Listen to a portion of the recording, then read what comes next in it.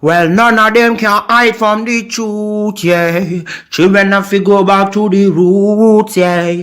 None of them can hide from the truth, yeah. Children have to go back to the roots. I'm telling you now, the truth, the truth. Telling you, yeah, the truth, the truth. You have to go back to the roots, the roots. Go to the roots, to the roots. Yeah, man, you know, this is Benjamin out of the Smiling Coast, West Africa, Gambia, representing for the one and only Abu, the big man you don't know, the Soninke warrior, the man that brings the truth, Soninke warrior, the sign of enlightenment, the Soninke warrior, the righteous and the true African. Abu, reveal the truth to them, you know, no matter how them try run from it, because none of them can hide from the truth, yeah. Yes, we have to dig back the roots, yeah. Fire! Subscribe now.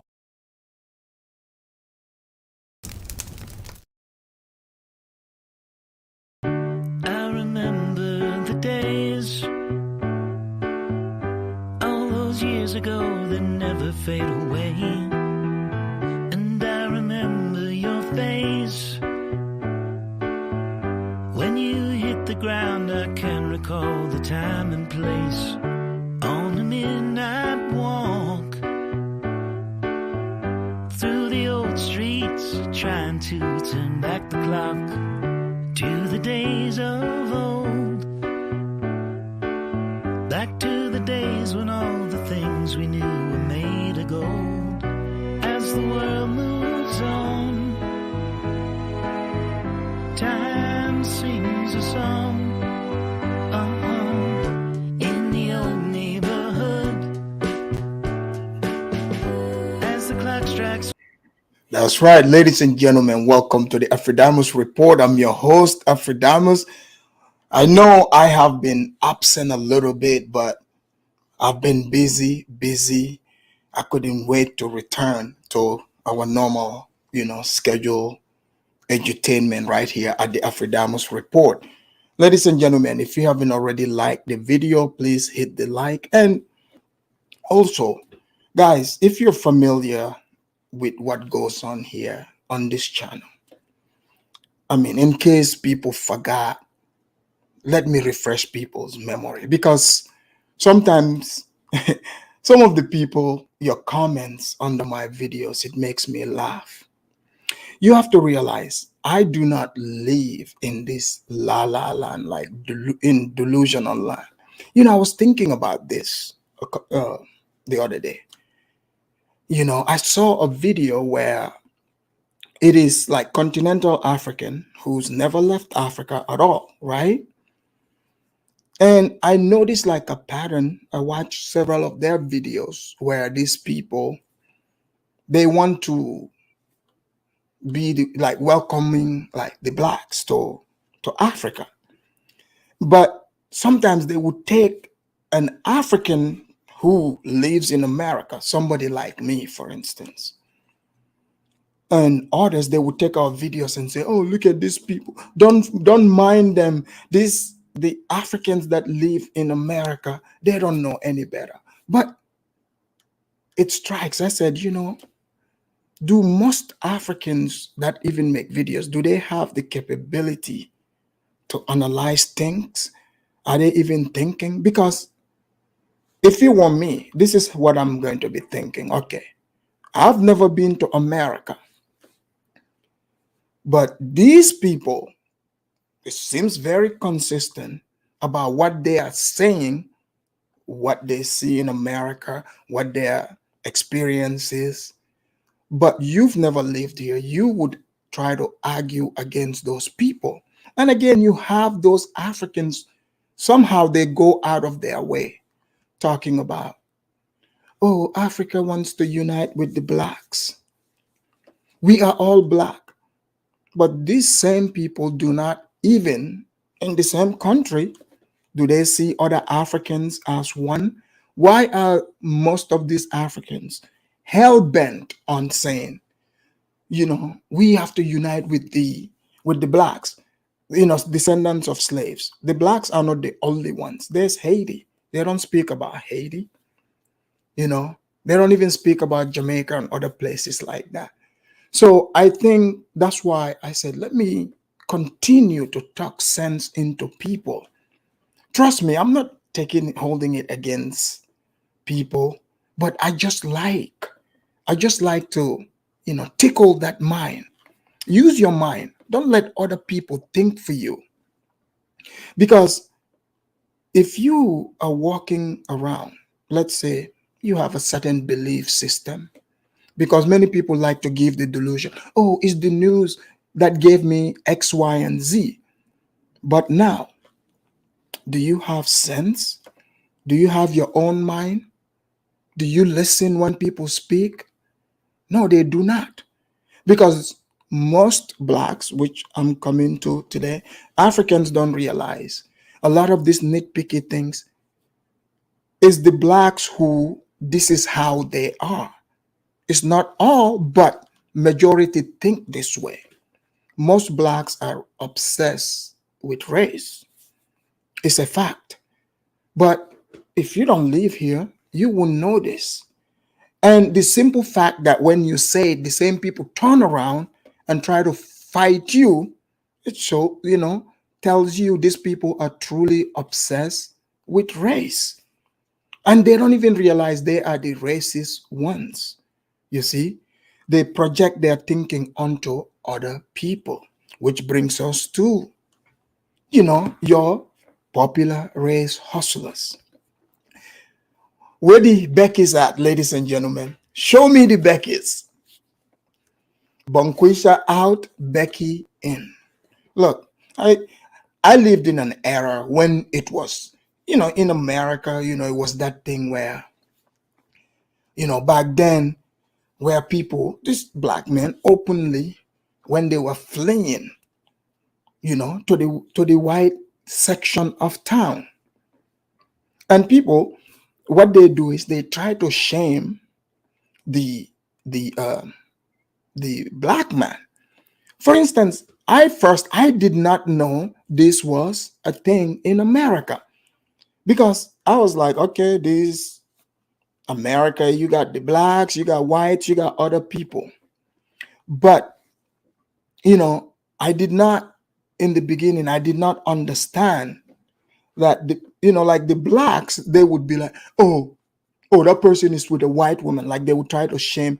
Like to me, I'm like, oh yeah, I mean, sure, the person is with a white woman. So what? They're like, you don't see that they are white? I'm like, okay, I don't know what's going on with these people. So I used to notice that with mostly the women, the Bonkquishas. So with them, I understand. I'm like, okay,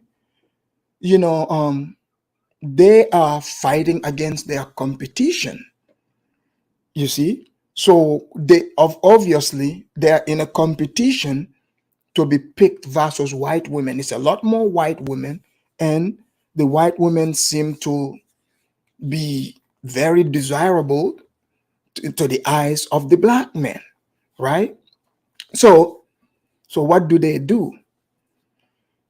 Think about it. Most, because the black men, they were raised by black mothers. They had sisters. They went to school with them. They are around black females. So I'm looking at, okay, the fact is, okay, hey, it's America, it's beautiful.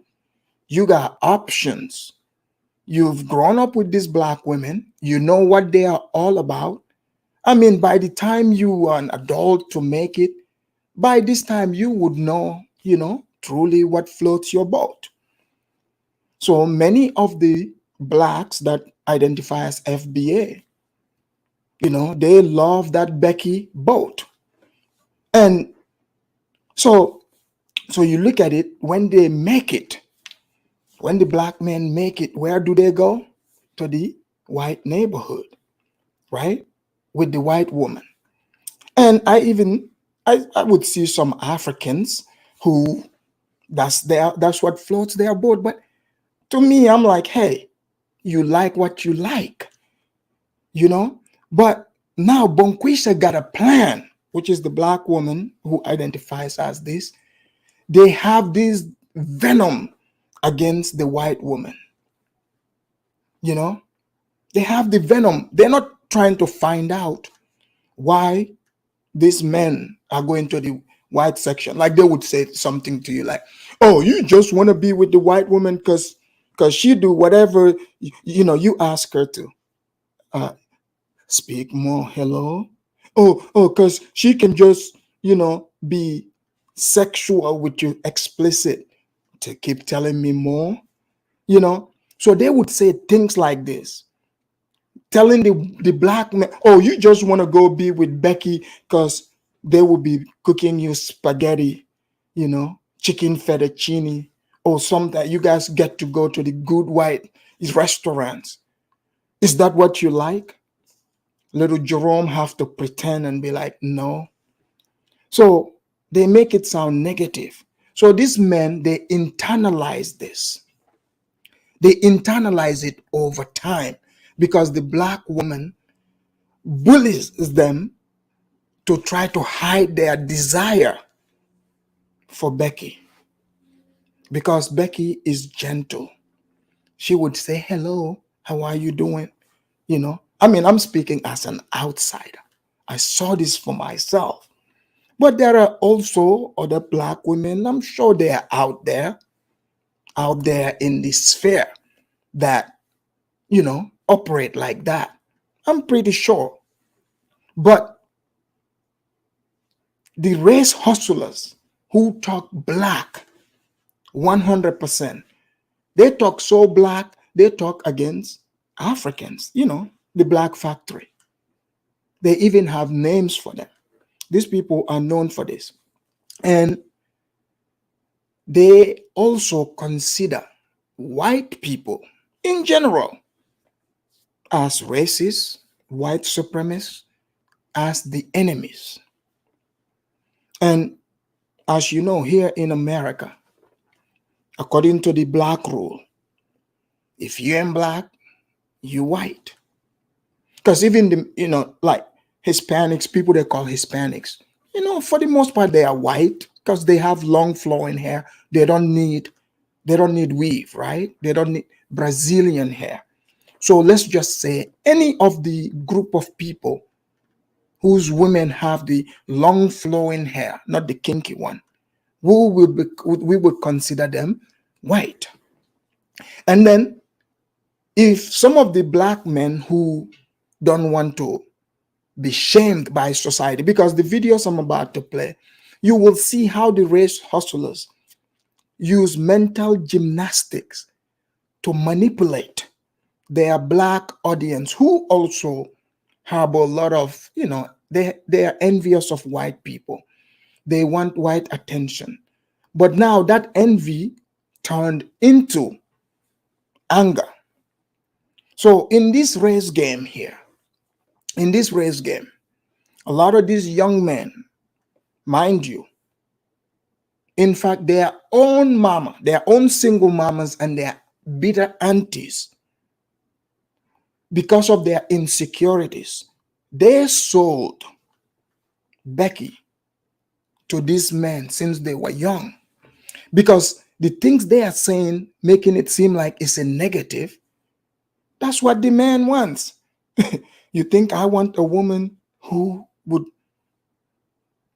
who's standing there telling me she is an independent and strong woman, constantly arguing with me? You don't know how to make fettuccine, chicken fettuccine, or shrimp fettuccine. You don't even know what quinoa is. You don't know what aisle that is in. You don't know where the vegetable section is. But guess who knows it?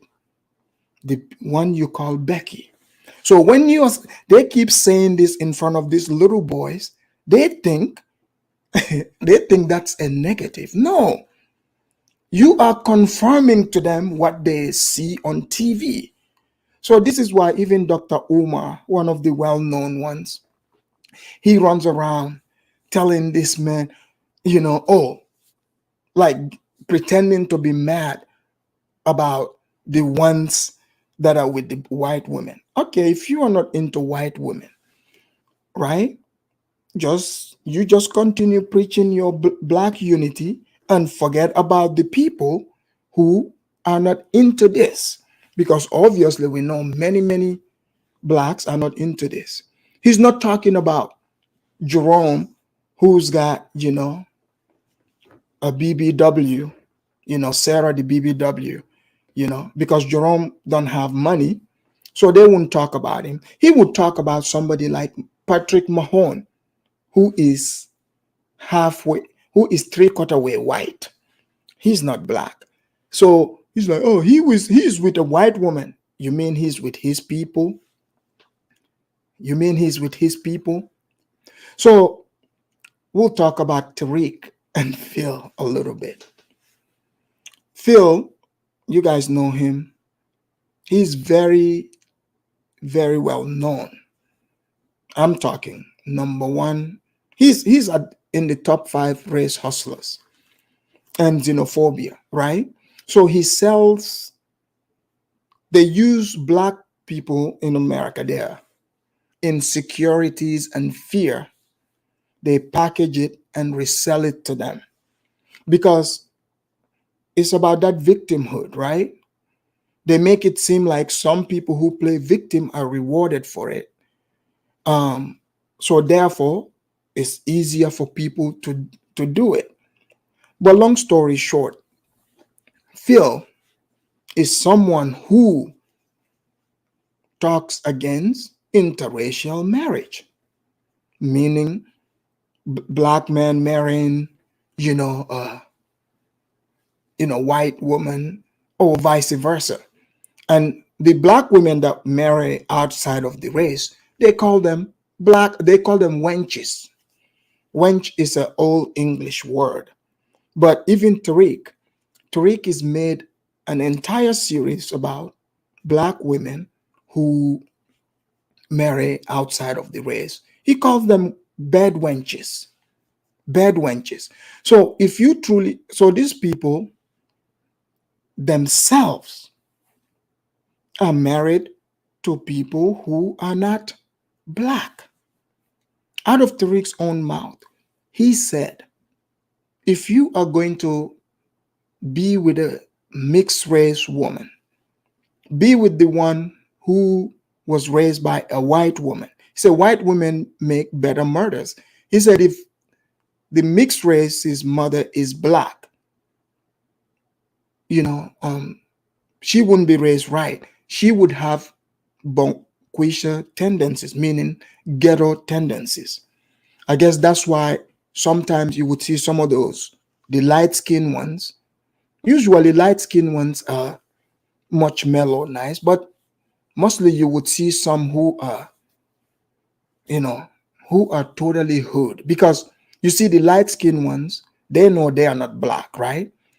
So it seems like there's like this black police in the corner, because they'll always question you when you say certain things. They'll be like, what, you ain't black no more?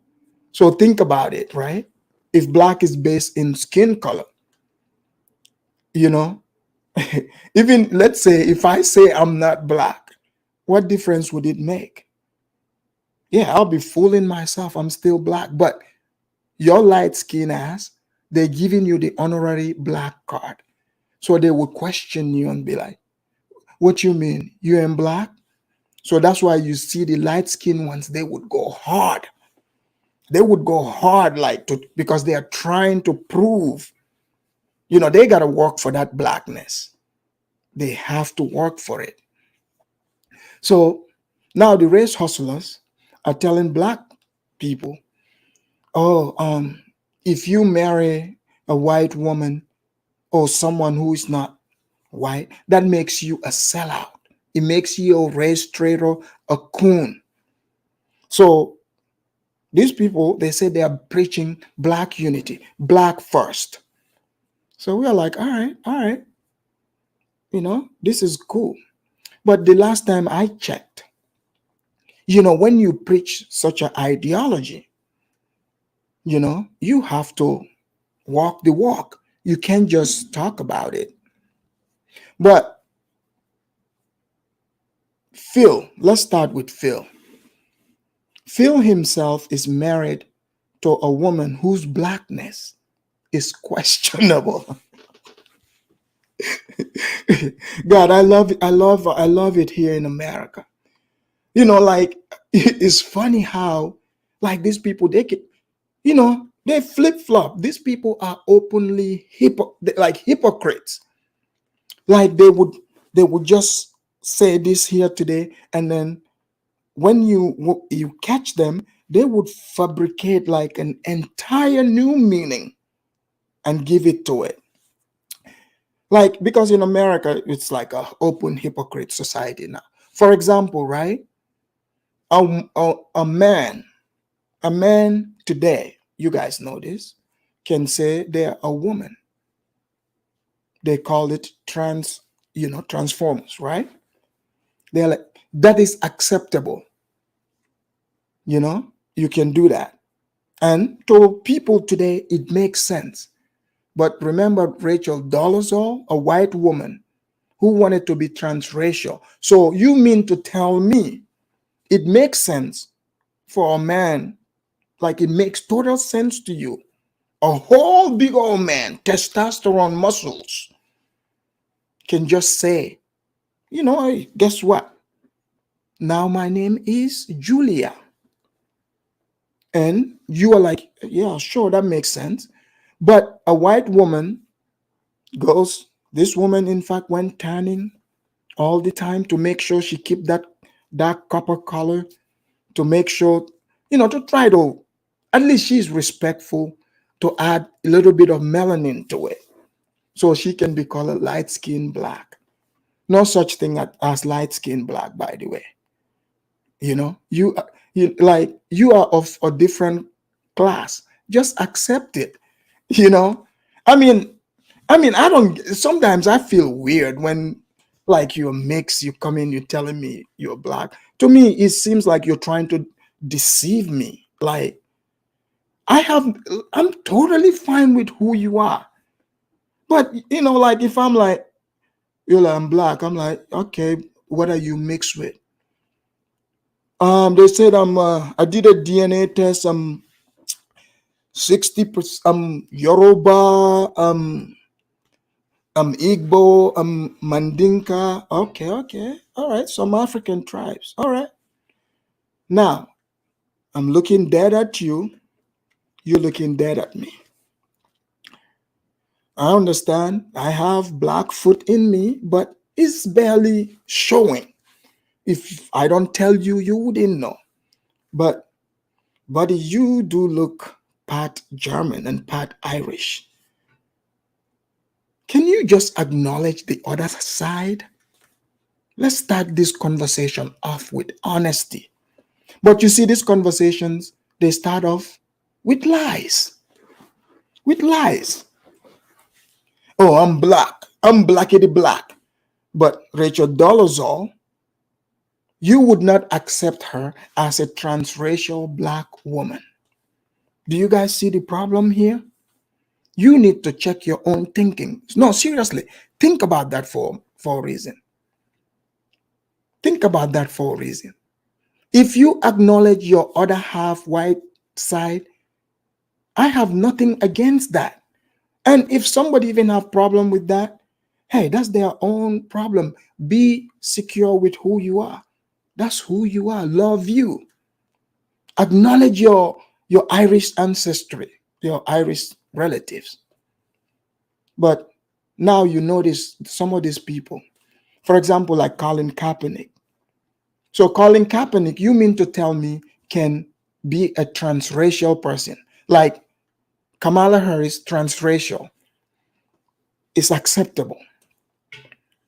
So I'm just giving you this for you to think about. Imagine in a society where this is considered reality, this topic here, the reason why these race hustlers are able to use the manipulation tactics they are using is because in this society, people shut off that part of their brain. That part of their brain is like, no, they don't want you to see that when it's like staring dead at you. And also, they attach a negative connotation to it. Think about it. If you're a mixed person, you're mixed black and white, you're both. You should not tolerate somebody to blatantly lie and disrespect white people, because that's your other half. They are insulting you, just like the black side.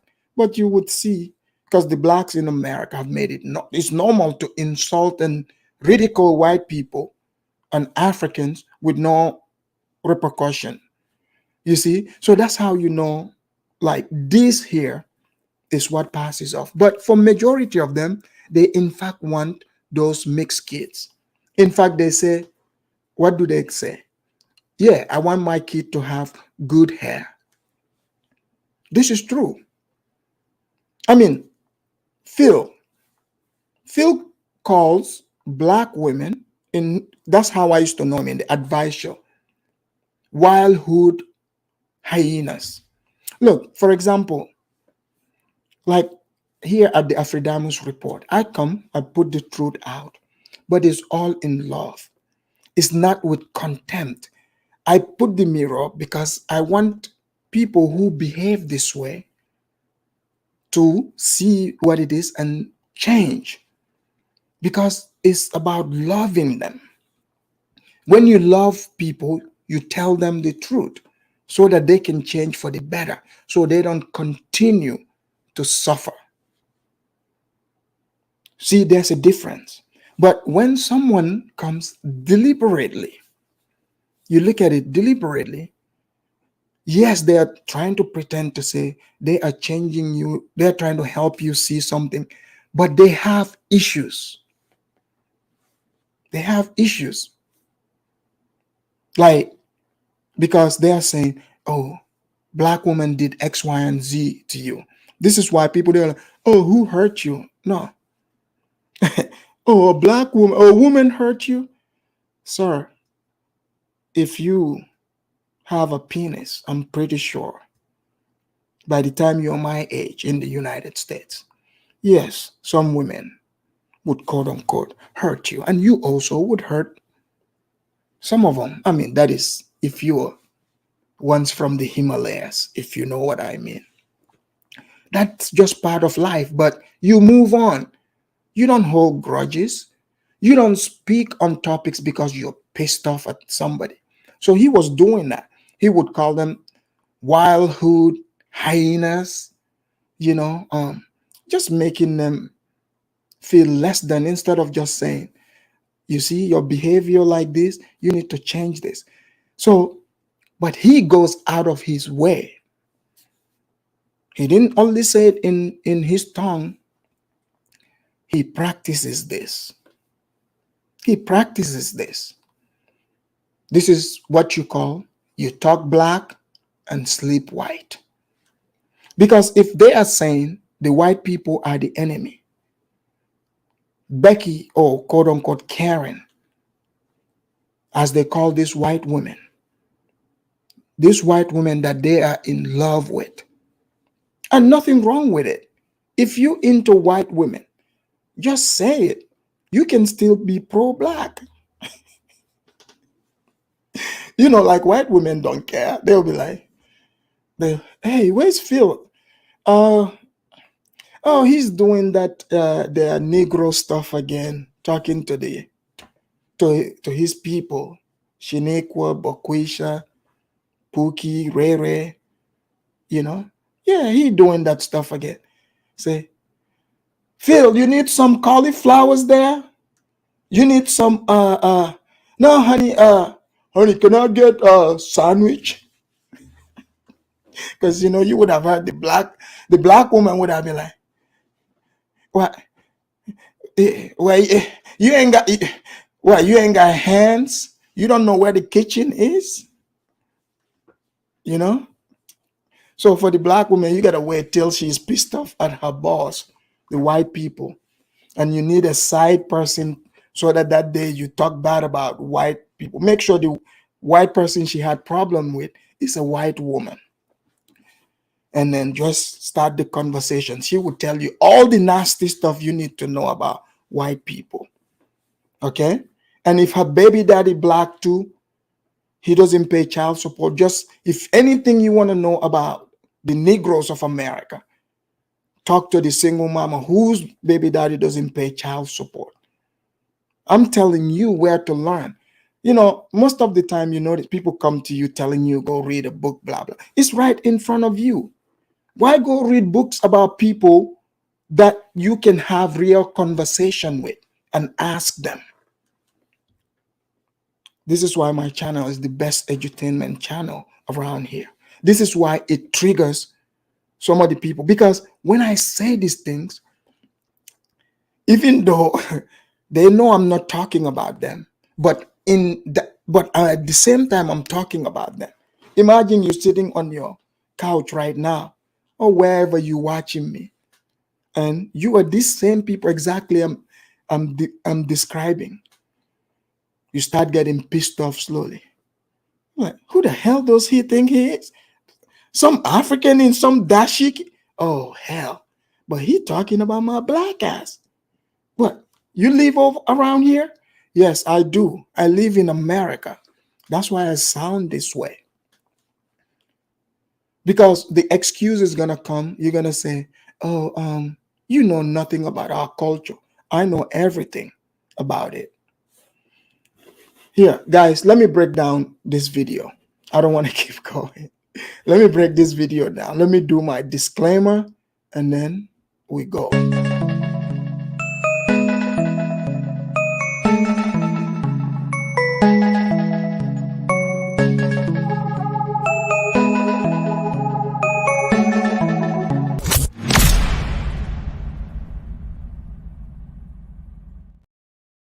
All right, so this video we're about to break down here, this is for edutainment purposes.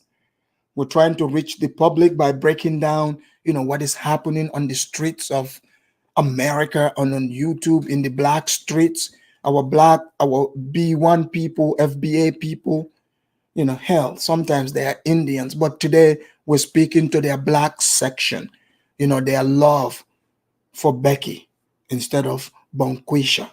So let's break this down open. Some of you Africans, I want you guys to, learn from Phil. In fact, you see, here's the thing. Do not take these things as negative. Study these people. Study how they are giving you the scoop without giving it to you directly. This is why I don't argue with blacks who know how to navigate around. I look at what they do. I don't put so much emphasis on what they say. Tariq Nasheed, he lives in a nice gated white area. He talks black from around there. He shows his nice Cadillac. I said, I can relate to that. So you think, I can absolutely relate to that. Feel the same thing. He talks black, blackity black. The way he speaks about non-white people, you would think he hates them. Of course, now it explains his xenophobia for black immigrants. You notice the blacks, they don't claim Africa. They don't like it. When they claim Africa, let's say their ancestry, like Phil, he goes to Ethiopia. Oh, I want to connect with my ancestors. But your ancestors from Nigeria, Cameroon, Congo, that region. You notice how the white man, all of us, their relatives, we've all pinpointed it and look at it on Google and say, yes, they are from this region. And some would still go to Ethiopia or now I'm seeing some going to Rwanda. And then they would flip it and say, oh, you guys were just colonized. You don't know about about history. So you mean to tell me if I from a colonized country, don't you think that gives me more incentive to know this history? Like, because I'm curious. I would want to know why certain laws are the way they are. And I get it. They would do information. They won't give you full information. This is all over the world, even in America. But certain things you read or hear, they give you clues, and also your own family culture, the people you're from. But when you divorce yourself completely from your immediate family history, culture, your lineage, that's what your real lineage is, and then start pretending all black people are related. And then you go to Ethiopia, you want to connect with your people. They're in West Africa. The Ethiopians are damn, they're white people. They half white. I know the Ethiopians gonna come for me, but I know what I see in front of me. They mix with something. Okay? Up until this 90s, 18, like 1950s, 60s, there's videos. The Ethiopians, all of those people were, they are classified rightfully as Caucasians. They were, white, which is true, right? And Ethiopia, nothing wrong with being half white. It's totally okay. It's totally okay. Don't be ashamed of your white side. And Somalis, embrace your Arab side too. It's totally okay. But let's start this video. I don't want to start problems. Let me enter this. All right, guys. So this video is about Phil. Here we go. Latina. No, I said, and I never said she was a black Latina. I said that she had some black people in her family. That's what I said. And I never said she was a black Latina. I said that she had some black people in her family. That's what I said. And I never said she was a black Latina. I said that she had some. So guys, this was Phil used to be the Advice Media Network. This is the one I remembered. So guys, so he's got a Latino wife. So he's going to pull a Tyrese on us. Do you guys, Tyrese is wife, the one divorcing him. So Tyrese, when he first got together with her, he went on Twitter, posted her picture and said, "There's my black queen." Oh my goodness. The black queens came after Tyrese. They're like, she ain't black. This is the same people that accept Meghan Markle as black, right? But because Tyrese, what they are letting Tyrese know is, how dare you, Tyrese, as black as your ass is, you gonna take this off-brand black white woman and put her right in front of us and tell us she a black queen. They weren't going for it. So Phil also is being questioned, as people should, because he's preaching blackity black, black first, even saying white people are the enemy. And Latinos are they are white. People coming from Mexico, some they are mixed, mestizos.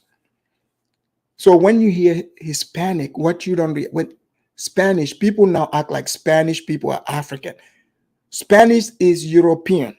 It is Spain that colonized Mexico. This is why you see Mexicans, like when you go to Mexico City or on their TVs, these people, some of them are blonde hair, blue eyes. Okay, so they are mixed.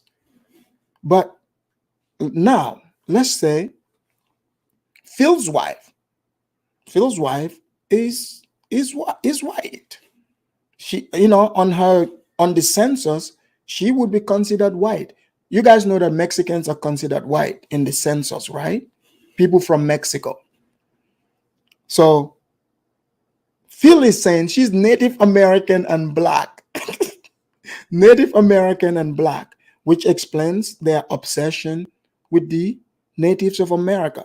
The Native Americans themselves are not black. My Blackfoot ancestors were not black.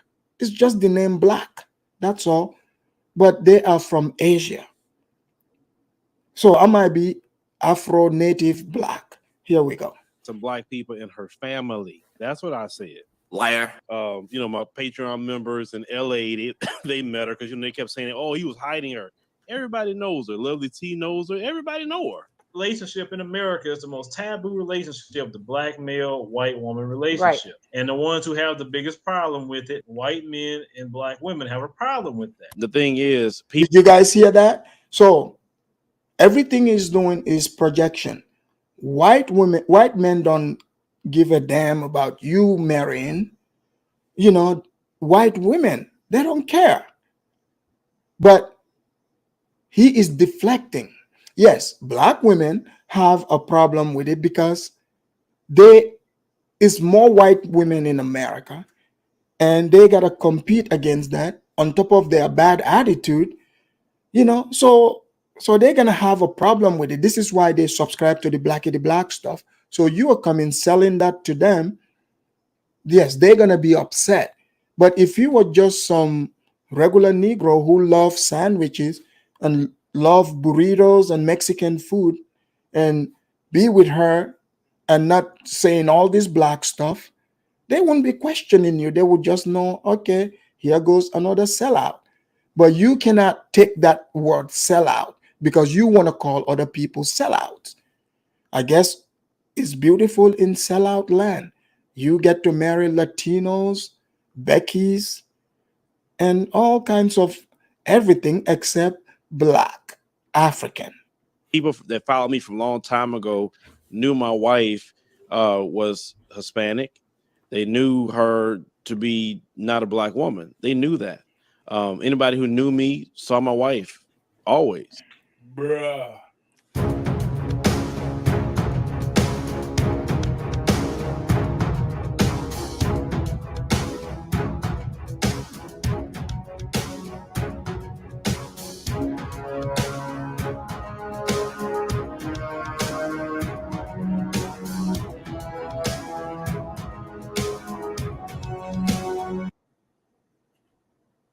That's pretty much a hypocrite because he's a guy that's always telling black men not to date white women. That is an ongoing issue. And, we as black people can stop this. We could stop it. So guys, listen to this, right? This guy, his channel is great. Go and subscribe to his channel. Because it's called Hypocrite Alert. So he's preaching this to black men all over the world. Even now he's African now. He uses the word Muzungu, the Muzungu women. So little did we know, he likes him some enchilada. So easily by just committing to ourselves, say, look, we're not going to date, marry, or procreate with them because they don't respect us. We live in a system of racism and white supremacy. And it turns out that his wife of more than 5 years is white. I mean, he does a lot of explaining about that and calls her Native American and all these other stuff. But basically, she's white. If you look at her, she's white. Liar. And I never said she was a black or Latina. I said that she has some. So guys, put it in the comment section. Do you guys think she is? I think she's a light-skinned black woman. What do you guys think, guys? Do you guys think she's a light-skinned? I think she's light-skinned, guys. But maybe, because black comes in all colors, you see? Guys, is she a black queen? So somehow, you see, black people like to pretend. They'll be like, oh, girl, she black. All right. So some of these Hispanic women, this goes through their head. Try to be with a black man. That's when you would find out, girl, you ain't dark enough. They'll remind you that you are not even light skinned. You are damn white. But it's very funny, guys, how a pro-black who says whites are the devil, they are the enemy, you have to be suspicious of anything that is not black. So let's hear his explanation. Some black people in her family. Because believe it or not, I stay on code with my own people. if I wanted to sue one of them for lying on me and sue one of them for defamation of character, because the only reason they keep saying I'm with a white woman is because they're trying to defame my character. Guys, he's threatening to sue people. Look at Cynthia G's face. Cynthia G is like trying to be nice, like, are you serious? So, yeah, he is defending this because literally this guy has been preaching that it is an abomination. In fact, it's against black codes to marry, even if she's light-skinned black, she should not be past Cynthia G's color. But Phil is wrong on this one. He has been deceiving black people. Little did we know. This whole time the man was sleeping with the enemy. Me being a pro-black, I feel very offended by this. Guys, it's a betrayal to the entire black race. Marrying anything but a black African woman. If these black people want to show us how pro-black they are, let them go to Uganda or Nigeria and marry those women so they can show all of us how pro-black they are. Because, they would try to give excuse that Bonkquisha and Shaniqua have attitude. And it's true. We've seen their attitude. Fine. But what about you get you another brand of them that look just like that? We have them over there in Lagos. We have a ton of them over there. But they would make up something because they love spaghetti, enchilada, and chicken Alfredo. And hurt my area in business with my people. That's what they're doing it for. They're not doing it for no other reason. Because even if I was with a blonde hair, blue-eyed white woman, what would be different on what I'm saying? All you have to do is marry white women and have children. I mean, people are human beings at the end of the day. I mean, we all want the same things. And, folks. So watch how he's talking to to the white woman here. 86 Lions said, I remember she said she was friends with one African guy in Seattle. Oh, you talking about Cynthia G? Yes, I was the one she was talking about. Yes, I don't know about, if we were friends, but yes, I was the one. So Phil is now explaining relationship here. So I just want you, especially some of you Africans that pretend to be pro-black and stuff, I want you to see clearly for yourself who you're following here. Who you following? So here we go. Focusing on color and all this other stuff. I mean, to me, like, racism is a form of mental illness, in my opinion. If this lady makes you happy and she happen to be white, go ahead. You guys hear that? He said racism is a form of mental illness, which I agree with him on. So that means he's suffering from mental illness or exploiting it. So he said, if the lady makes you happy, go with it. But let's find out if he's going to blame white men again. Go with her. It goes way back in the past, okay, when slavery was going on. It was known that, hey, black men, they slaves, you don't touch them. White women, they're, the master's woman, okay? Right. But we all know that it happened. And it did happen. They had to sneak around to do it, okay? And a lot of people lost their lives behind it. So that relationship in America is the most taboo relationship, the black male, white woman relationship. And the ones who have the biggest problem with it, white men and black women have a problem with that. You've been in traditional, like, black man, black women relationships. Now with a white woman, what are the differences going to be? Well, definitely you have two different cultures, of course. You have two different upbringings. You have two different, like the way society. Guys, how many times have I said this thing that they call racism is cultural difference? But no, the same person, you notice, see, this is what I've been telling you. If you want the pro-blacks or blacks in America in general to tell the truth, sit them in front of a white person. If you don't believe me, go watch. There's a show in America called First 48. I'm sure you guys have seen it.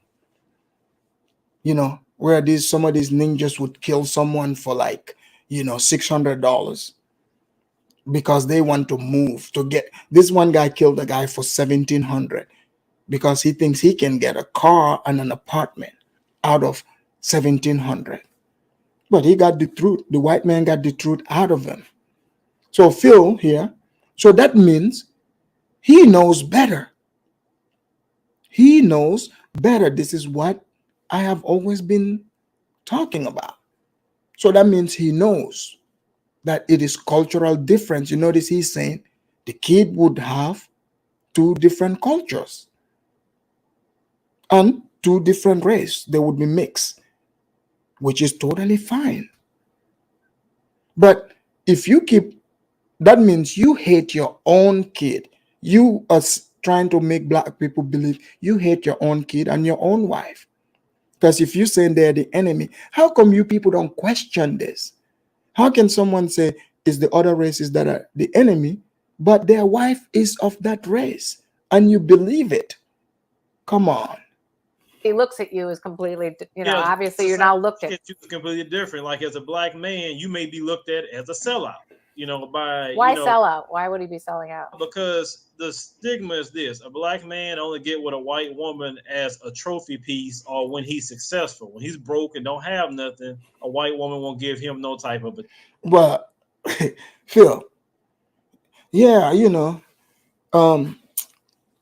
yeah, a couple of the guys, they only got paid several millions in the NBA, and that's when they got them a Becky.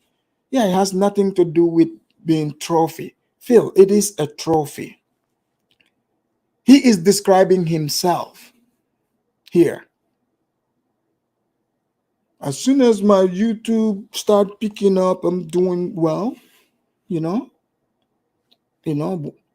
white started being more and more attractive to me. Isn't it wild how the money helps, make white women look attractive to the Negroes? But prior to it, they're trying to say, Negroes didn't find the white women attractive. Okay, I'll believe it. Attention, which we know that's not true. No, I know from personal experience it's not true. I know white men actually date more interracially than anybody.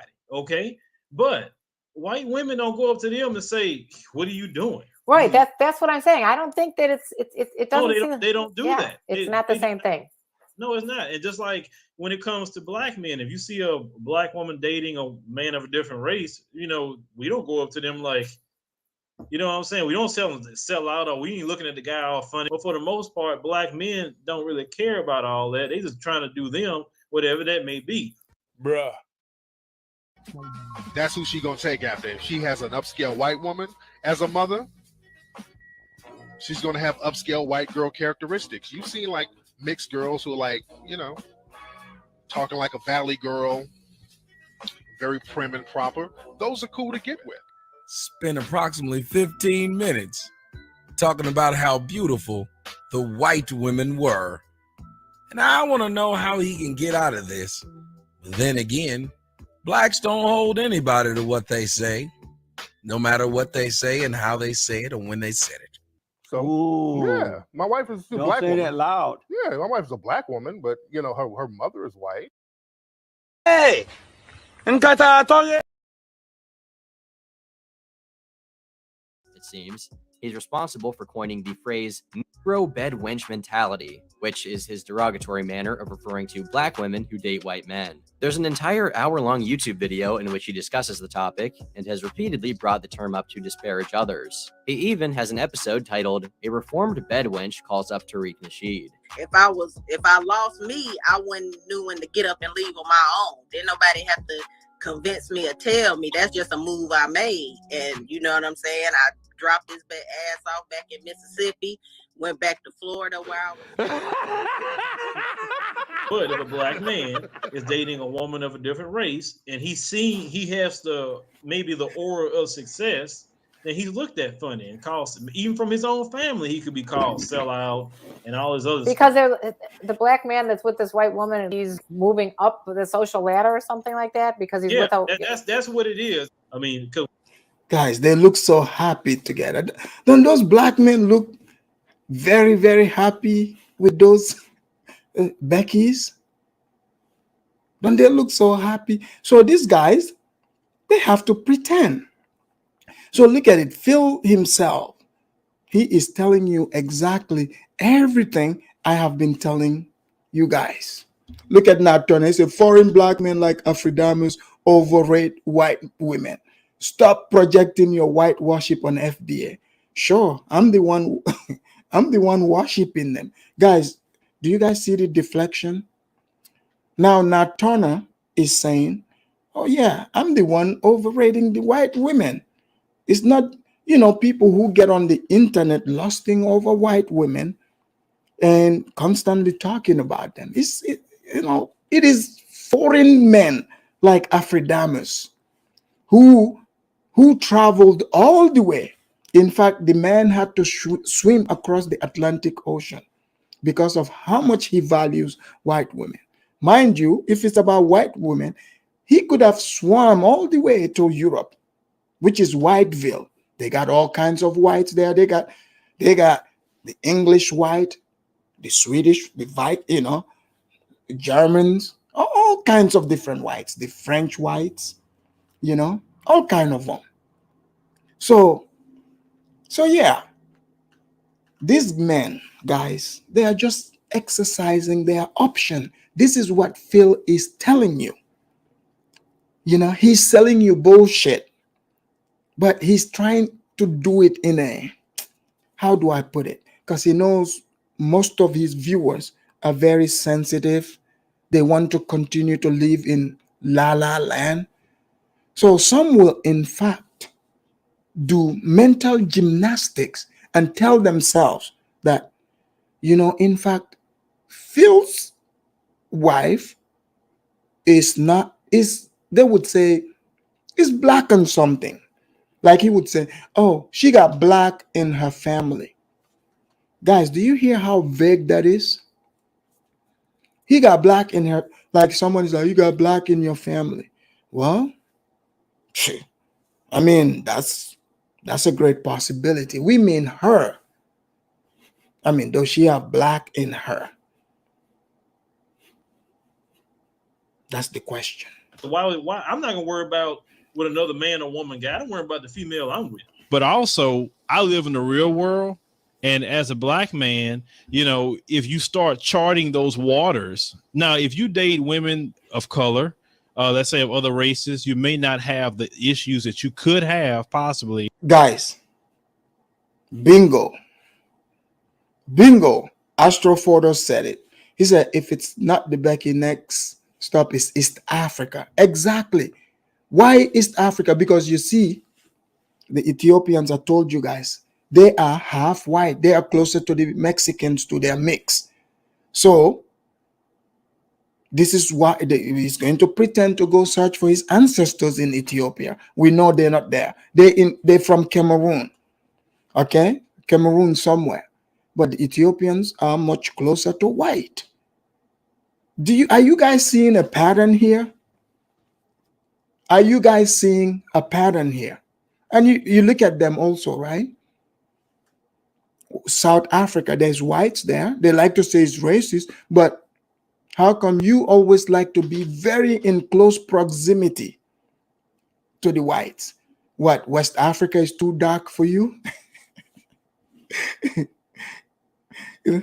Western Central Africa, too dark? Like, what's going on here, player? I mean, come on. This is getting out of hand. They're trying to stay as far away, away from, West Africa. West Africa is, in fact, closer to the United States than Ethiopia is. Let's just call it what it is. All right. Douglas Ray said, if you love your fettuccine, there's no shame in it. Options. Exactly. In fact, you gotta, you add some Parmesan. Parmesan is another white cheese. Oh boy. They're gonna run with this and say, Afridamus love Parmesan cheese. I do. So do you. Okay, fettuccine, In fact, Kidola, if you're watching when I drop the link, come and teach these people about what fettuccine is. Douglas, thank you for the super chat. You're absolutely correct. let's continue here with Phil. And please, nobody take offense. You know, I'm a realist.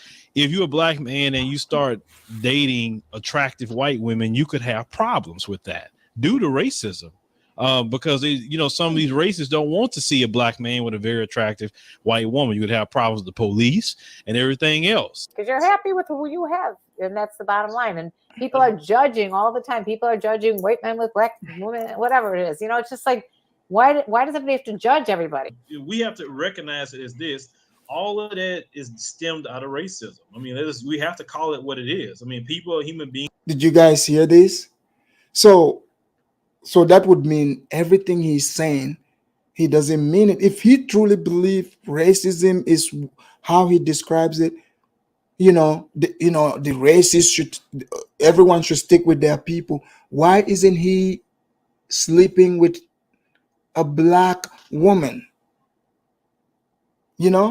All this, judgy thing the woman is talking about. You're talking to the man himself right here, the hypocrite, who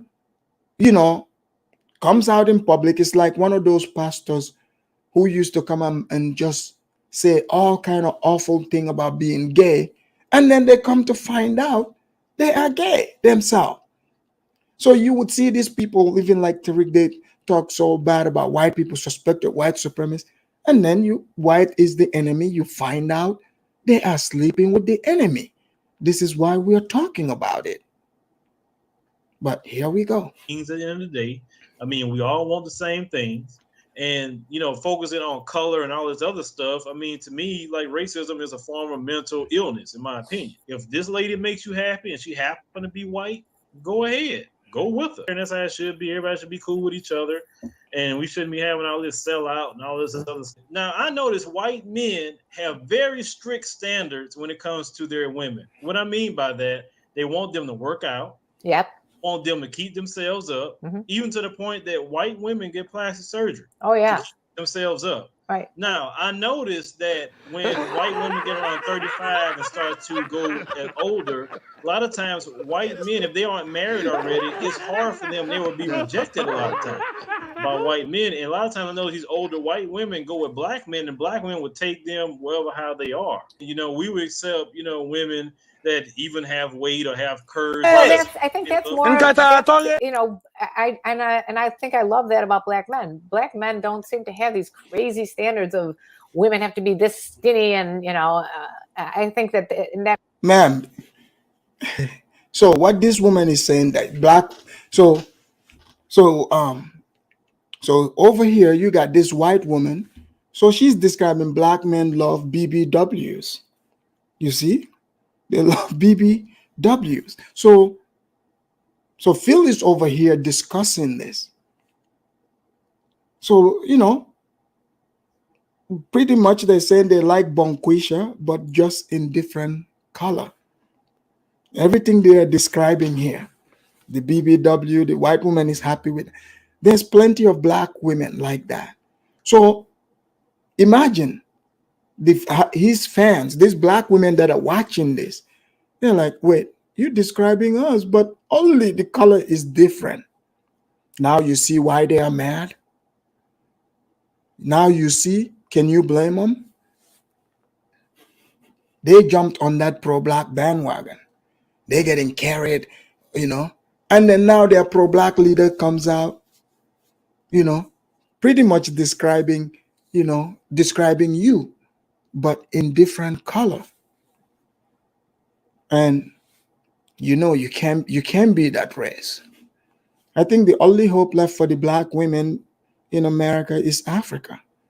Kwame, Lamin, Baba Tunde. You seeing it right here. Don't be one of those birds that got wings but cannot fly. Use your wings and fly south, because it's not looking good up north. Fly south. That makes women insecure. Why is that? Who the hell do these white men think they are anyway? So you know what, white women, you get to a certain age, go after a black guy. That's the answer to your problem. That's the answer. You know what? Forget about. Shout out to Phil. Phil, guys, you heard it here at the Afridamus report, right here. Phil just, he's like, hey, go get you a Becky, you know? Go get you a Becky. Let's see what did it.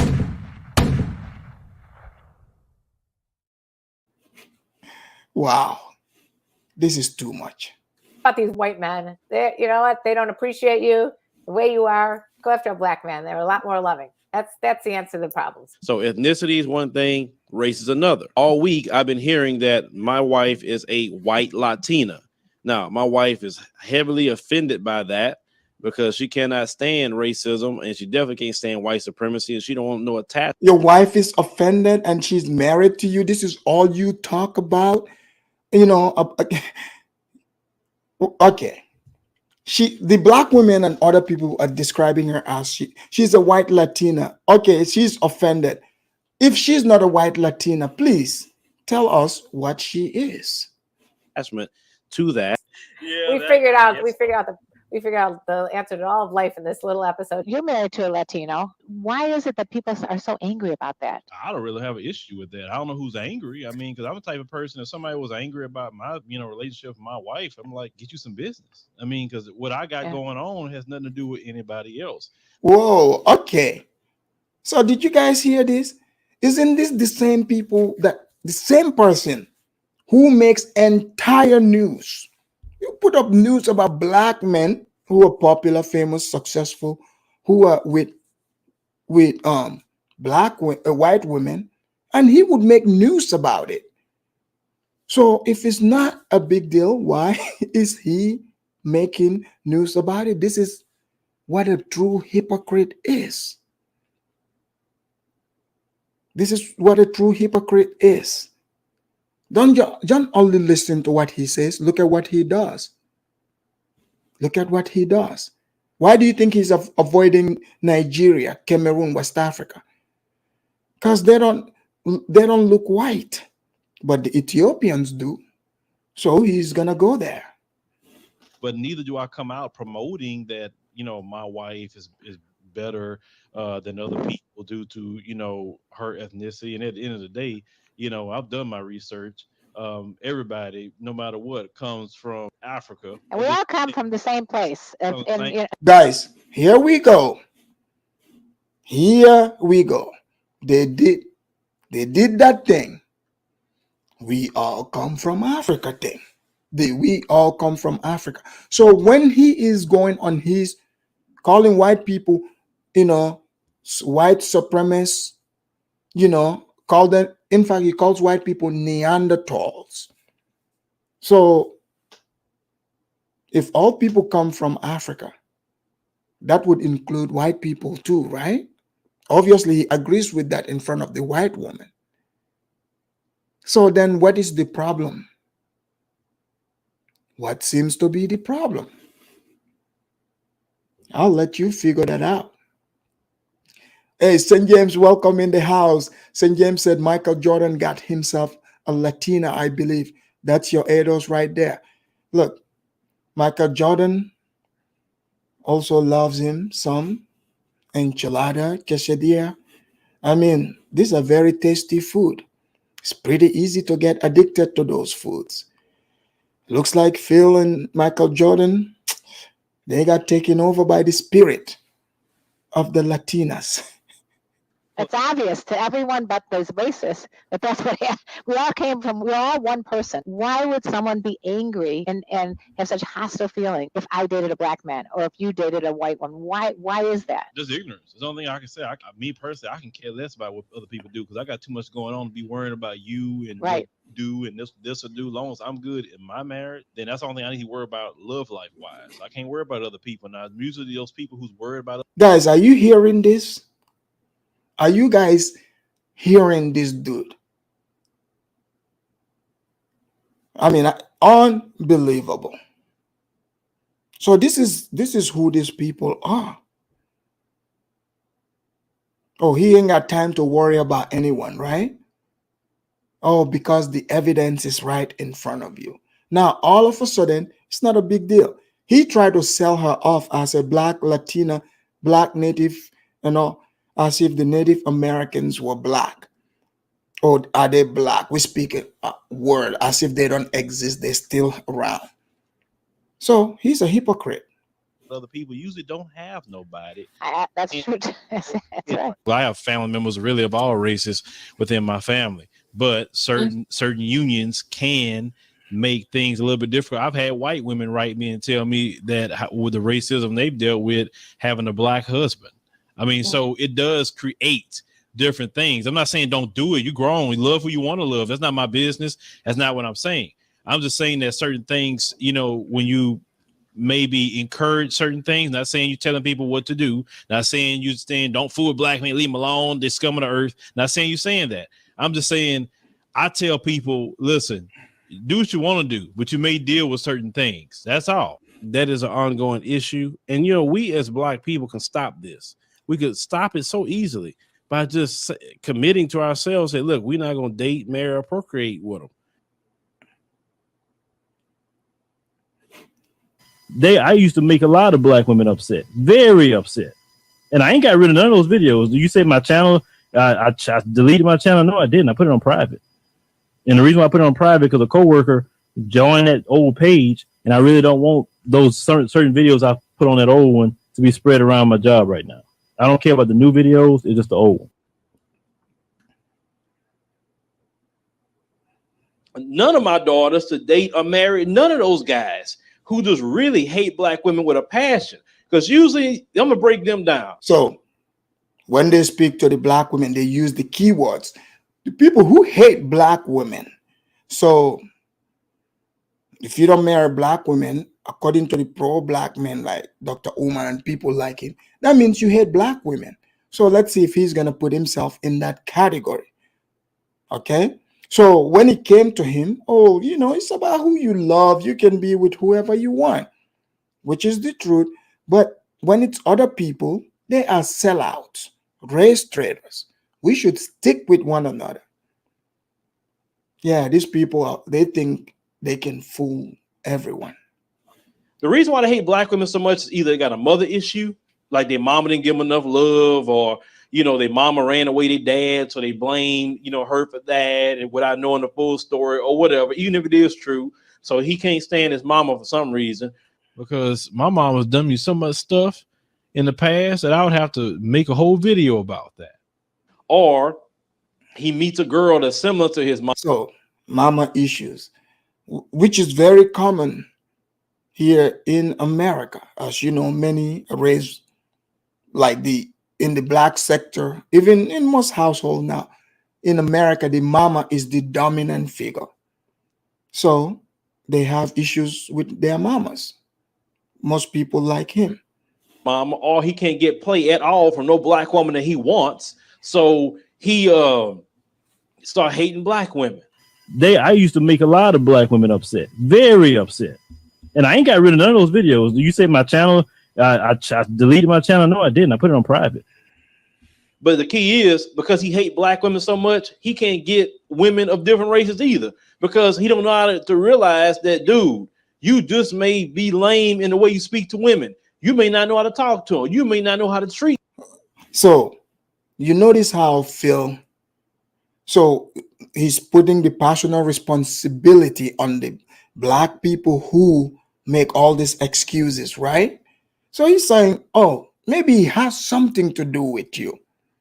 Maybe it's your personality, which makes sense, right? Because look, it all ends up falling on you. It's who you deal with, how you deal with them. And that's what, you know, normal people would say.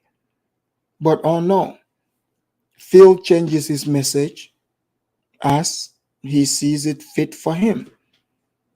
You know, it's like, you live up to this standard that I'm telling you, but this is how I live over here.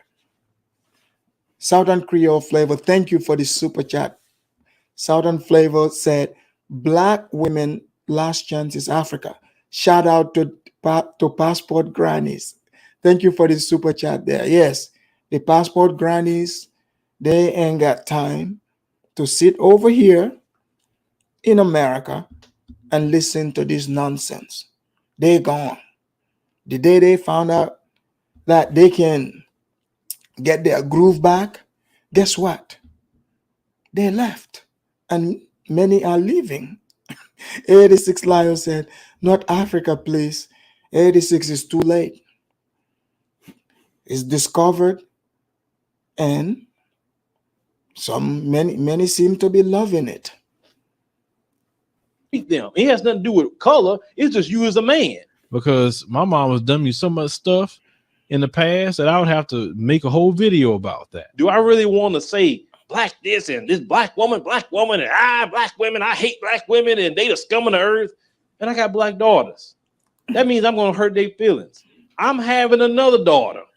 Do I want to hurt her feelings? You want somebody to say, man, your dad he is always on YouTube just screaming and hollering about black women 24/7. Like, man, is he even like you? You know what I'm saying? So I got to doing more and more videos about black women and the things with black women. I ain't talk about no weave.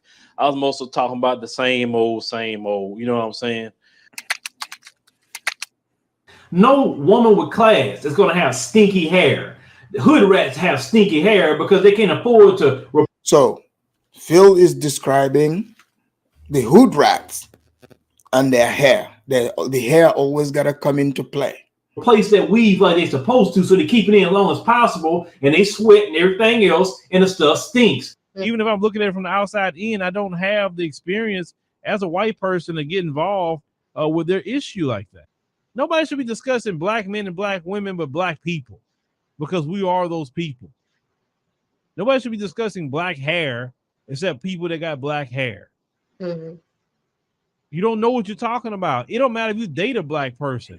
You're not black. You don't know anything. All it takes is one. So he's all over the place. So he uses, just like most of these pro-blacks, like, oh man, you're not even black. You can't talk about blacks. But yet you talk about everybody. As if, people cannot observe and speak about what they are observing. Like, you don't have to be one race or the other. You're human. People are people. When people look at certain behavior, they will be able to assess it, and they don't have to be a part of that group to be able to do that. One person to cause division and to keep it going, keep it fueling. And then before you know it, you just divided the whole group. And it just takes one person. Mm-hmm. And there's other people in the workplace that seem to do that. And they do a pretty good job of that too. Telling you that you're not a victim and they the victimizer, we should be pissed. Now let's continue. I'm gonna check real quick what we got down here for the people. All right. Thank you. I appreciate it. All right, where we at? We about 30 minutes in. Good. He's a Gavi guy, I guess. The trait of other races is generally confined to the mediocre or irresponsible individual. But unfortunately, the traitors among the Negro race are generally to be found among the men with the highest place in education and society, blah, blah, blah. Amazing. Let me see this. Prior to me going to the Million Man March and having an epiphany about the black community, when I used to do YouTube, as a matter of fact, here he is. After 2015, back in June of 2018, he's saying he's going to restart the Ratchet channel.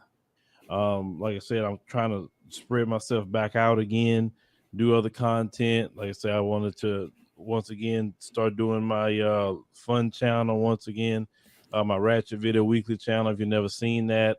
Who are these fools you're talking about on the radio that you say were being fooled? No. I said they got fools that work for ESPN who want to make this whole quarterback thing about race, because they got radio shows. And I stand by that, and I mean that. Just because first of all, the easiest way to have a conversation on the radio show is to bring up race. Because race is a serious issue. But you got clowns on the ESPN who want to make the Super Bowl about black, white,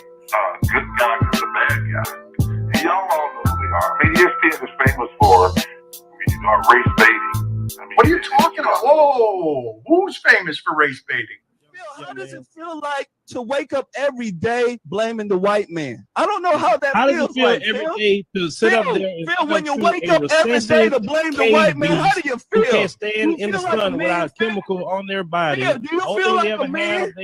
have, So this guy is calling him out. I guess this is O'Shea's channel from way back.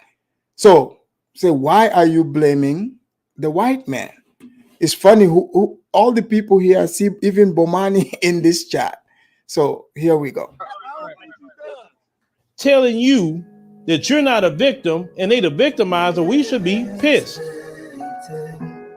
Now let's continue. I'm gonna check real quick what we got down here for the people. All right. You know, thank you. I appreciate it. That's all right. Where we at? We about 30 minutes in. Racism, race baiting, what they're really doing. Monetizing your pain and got the people brewing. I understand your frustration cause the world's corrupt. Some people don't like people who resemble us, but some people don't like people who resemble them. I used to make a lot of black women upset. Very upset. Were made in his image, spitting image. All right. So I'm gonna bring the panel in. We have all right. I want to welcome the panel in. Kidola, welcome to the Afridamus Report. And we got Ras Moise also. Kidola, I hope you had some spaghetti today. I don't understand what Kim is saying that for spaghetti today. No, the fettuccine. So, Kidola, I mean, I'm glad you called in. So, you're familiar with Phil. So, Phil always, all this pro-black, they talk about white people are the devil. You shouldn't marry a white woman. You know, like Tariq Nasheed. So, we find out they are married to a white woman, but they will try to lie and say they are mixed or whatever. What do you want to add on to? Why is Phil and other pro-blacks, why are they pretending that they hate white people? you see, YouTube brought these guys are just hustlers, and they are, and it's all about the money. You know what? This people study about their own people is that the way sometimes Democrats are using them because I'm even surprised that they can just ask all the blacks to vote for Democrat. All of them just vote for that. They move them around. Right. So they use that tactics to hustle for those who want to hear all this noise without. Yeah, but Kidola, they are seeing it that this man is clearly married to, a non-black woman, but he preaches against that. At first, I don't think at first I think everything was being hidden, but later I see this internet will also bring out your past or your present and your future. Right. So that will happen to him, and things could not really change for him. You see, him and Tariq Rashid are the same thing. They're hustlers, and they hustle their people by painting other people bad, white people bad, Africans bad, Caribbeans bad. This is just their game, and this is just what they do for a living. Because Kidola, like you, they attack you even here online in front of us, saying you married a white woman. And even you were banned from some channels because, quote unquote, you're married to a white woman. Like, what came to your mind when you discovered that these pro-blacks, in fact, are married to white women too? Afrodamas, let me just tell you the truth.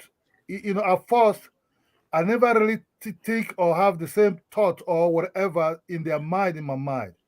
Be as an African, we never really be taught how to hate other people, right? Just because of just their skin color, right? And also, what you have to understand, in Africa, we don't really choose or hate just because you're big or you're slim or you're anything. It's just what we love things, and that's just where we are. Yeah, just like regular human beings. Yeah, we have music for everybody, to dance on. But the moment I start watching these American channels, especially these YouTube guys, I start realizing that these people are not really people. These people are just a bunch of people looking for money and looking for anything. So they can say anything against you just to get money for their own people. You understand me? How to fraud the others, how to fraud their own people for their own benefit. That's what I understood later. But the truth of the matter is, you can tell me, I'm not. That's why I say I'm not B1, B2, or B12. Yeah. Yeah, the B12 is not good. And hold on, let me give a shout out to Bantu Queen. She shared this video with me. Bantu Queen, I got the video and I saw it. It's like you were reading my mind. But thank you for sharing it. Continue, Kidola. So one hand, you have to learn that the society they live over there is like they can just flip one day to be Indian. Indians. Yes. They can flip also to be Latino. Yes. They can flip to be something else. You Yeah. understand? So they can even be Martians, people from Mars. so Nijis and all of them. Mhm. And these are the problem that we Africans are not seeing, that they can just be anything. They can even be cat. But see, Kidola, it was weird to me when I first came to the United States here, because I'm African. I know like America is black and white people, and I see these people live with each other. I'm an outsider, right? But I would see when there's a black and a white couple, especially a black woman. If it's a black woman with a white man, they say, "You go, girl." But if it's a white man, no, a black man and a white woman, is jealousy, like they are saying that's forbidden. And but if it's for them, it's totally okay. But they try to use it to shame the people that are marrying whoever. But as far as I know, is if you're a man, you can be with whoever you want to be with, if you guys want to be with each other. So I'm like, these people live in a country that is free, but they are not mentally free. How come? After that was, when I hear them say B1, Yeah. B2, this YouTube, I would have, okay, I've not, you have never been to Europe. If you've been to Europe in the way back, like late 90s, even early 90s to late 90s and early 2000, right? That's when you come and see these black Americans, how they chase white women. Oh yeah, I mean, no, the black dudes in America love them some Becky. They do. I used to see them. I still do. Okay, I still do. All right. So when I say, they always talk about I'm B1, I'm B2. Then you start realizing, no. I'm talking about their soldiers. These guys, you understand me? That even when they see a white woman with an African, they will get freaked out. They will start asking that white woman, "What are you doing with this jungle brother?" Yes. You understand me? They'll say, "What are you doing with this jungle brother?" Because then they start acting like a black woman, because now they are jealous about the real black. Yes, they're very jealous. Then yes, when that white man didn't respond to their talk, they start having what called the monkey sign on top of their head, like to belittle. Yes, like two fingers. They'll have. Yes, you're correct. That does happen. They try to make it sound like a joke, but it's there are two to take fingers shot on at their you. head. Yes, Mhm. they call us monkeys. Straight to these white women. Straight. These people who are claiming to be B1 or B2. Guess what? Come a time, the Nigerians will not getting it anymore. You understand? Then the Nigerians now go after them. When I mean go after them, they really go after these black American guys heavily. It was like a battle. That's when we now realize, oh, these are men. They don't have no strength. You understand? Because openly in a disco club, they would not even say hello to you as an African. The moment they join here, they know you're African because they could see it. They will not say hello to you. These people will show you. They'll be very cold. Far more cold than what they are preaching about. Oh, white people are the devils. Let me just tell you the truth. Some of these black Americans are far more devil for these people that have experienced or have met in Europe. These people are far more devil than the way they call the white people devil. They will show you. They will act very cold to you. Very, very cold. You know, not just their men, also their women. You know, they will go to a corner, start laughing at you, but the moment they see you or they saw you with white person talking, they you know, they become more curious. Like, how is he talking to this white person? Who is this guy? You know, look, my best friend in Europe long time ago was Poppy. He's a white American guy, nice guy. So I came to this disco club. It's a hip hop, you know, a club. I came to this, you know, disco. I was expecting to meet. Okay, they said there's a black guy. Just to hello to them. Like, speaking of which, look at what Nat Turner wrote. He said 2 African immigrants I saw at the hospital had something called small monkeypox. Here we go. Yeah, no, I understand. That's where they talk. Look, he's just full of you know, it. what them Afrodamus, if ask any guy that is in Europe early 90s, late 90s to early 2000, they will tell you straight. They're very, very cold. They don't even say hello to you. They will put on that American uniform. The sign is MP on it. They have MP on it. This it's just like they dress properly or anything. They just the guys will wear very short, extremely short knicker with this MP on them. Started roaming around, looking at you, kind of like. And You know, Kidola, why do you think instead of Phil, since he's pro-black, instead of coming to do his pro-black thing in West Africa, he's going to Ethiopia? The Ethiopians want slaves. You see, this where the confusion come about their eyes of who is black, who is not black with them. Ethiopians are not blacks. Ethiopians are not mixed with them. Some black Americans are mixed with white, maybe native, and West African. Do you think they just like being closer to people who look more white? Yes. I think they like that. You know, they're looking for acceptance.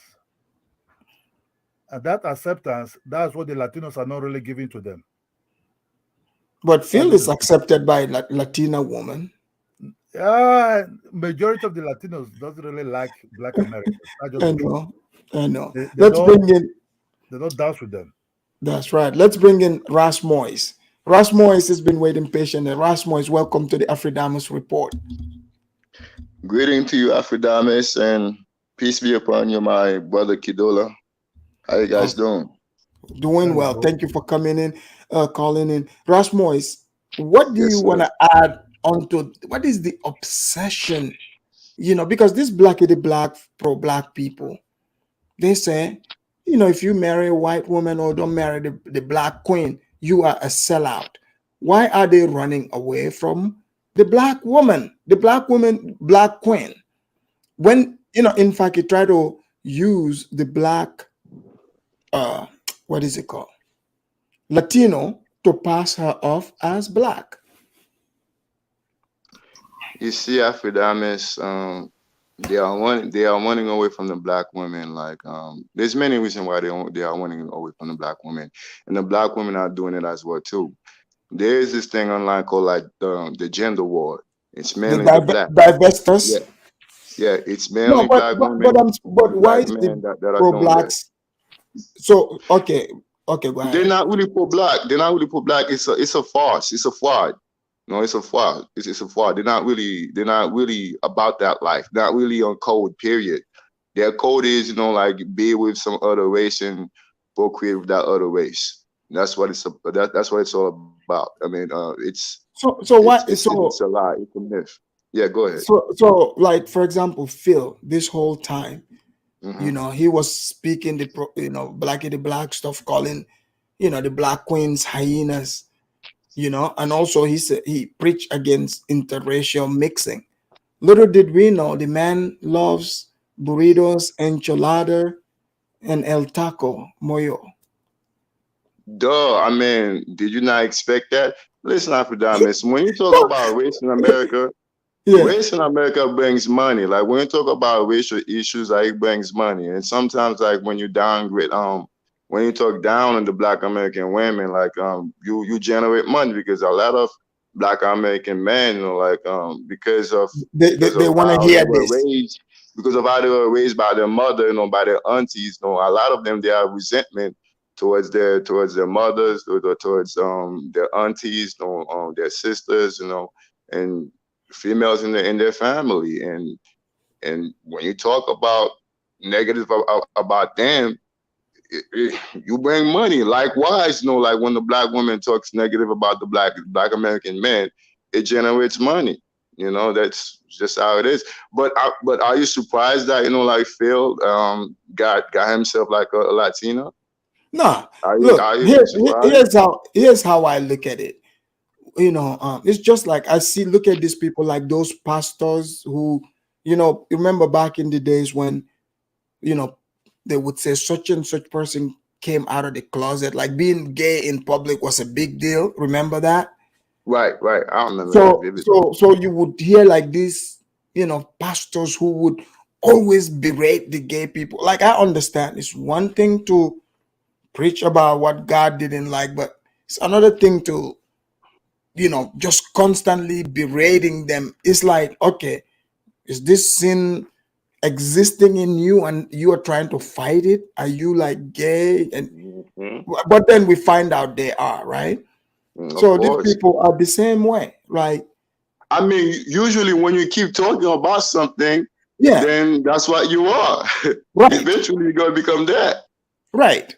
Because they talking, like, for example, Dr. Umar talks about snow bunnies quite a bit. It's weird. It's literally weird. Very. Like Visionary of Love said something here which makes sense. He said, like the Negropean, unapologetic Negropean too, who sometimes pretend to be pro-black. It's with a white woman, but he says he hates seeing, you know, like black women with white men. He's a hypocrite. Why does he even Exactly. care about that? I So mean, if that's you dating that's or another marrying one. or having kids with a white woman and you have children by that white woman, why should you care what does a black woman does with her body? Yeah. Yeah. So that's what Because I'm you're not saying. because you're not about what you preach. Right. You go against your moral compass. Mm-hmm. Because if you laying down the white woman, guess what the black woman gonna do? Oh man, like this piece of crap is just laying down the white woman, Right. our supposedly enemy. So guess what? I'm gonna go ahead and lay down the white man. So what's the big deal? What's the big fuss about? No, but he's pro-black though. That's the thing, Alpha. These people are fake when it comes to pro-black. They fake. But They're not real about it. what is even pro-black? What is the criteria? Pro-black is about, you know, like black unity, you know, like And black empowerment. what does that look like? It looks like a mess to me because I feel like pro-black is not really about pro-black. It's more about like, you know, like pro-race mixing.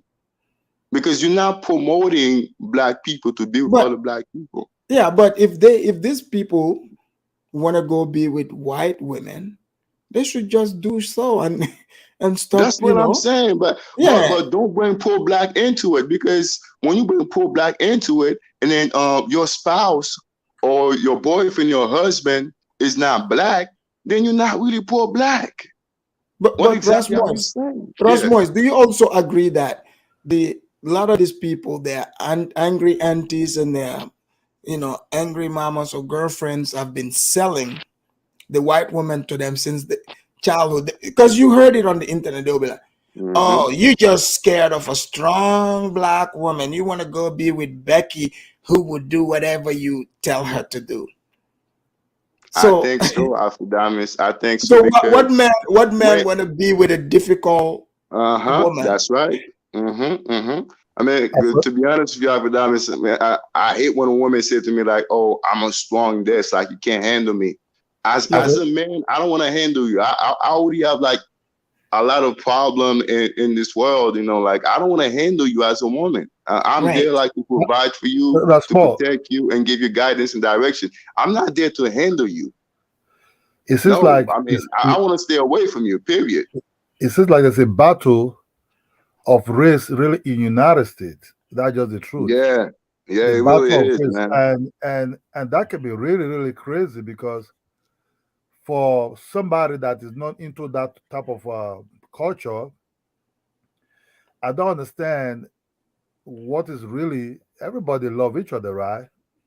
Black, white, whatever who you are. No, but Kidola, they would say, that's not possible to love a white woman or a white man. You sell out. That's what they would. You just if you're a black woman, you're bad wench. If you're a man, you are a sellout.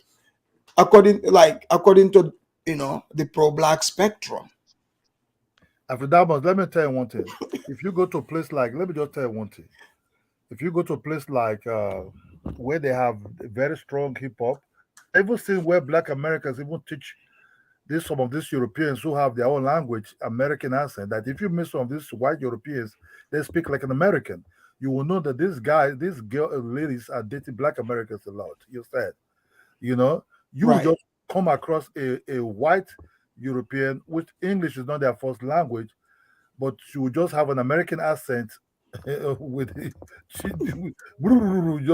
this woman have been going out for a very long time with Black Americans, so we Africans can discover that out of their mouth in time.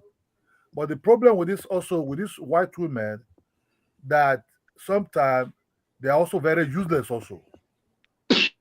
Let me just be honest with you, they're useless. They have nothing to offer. Look, They this is funny. No, it's true. It's true.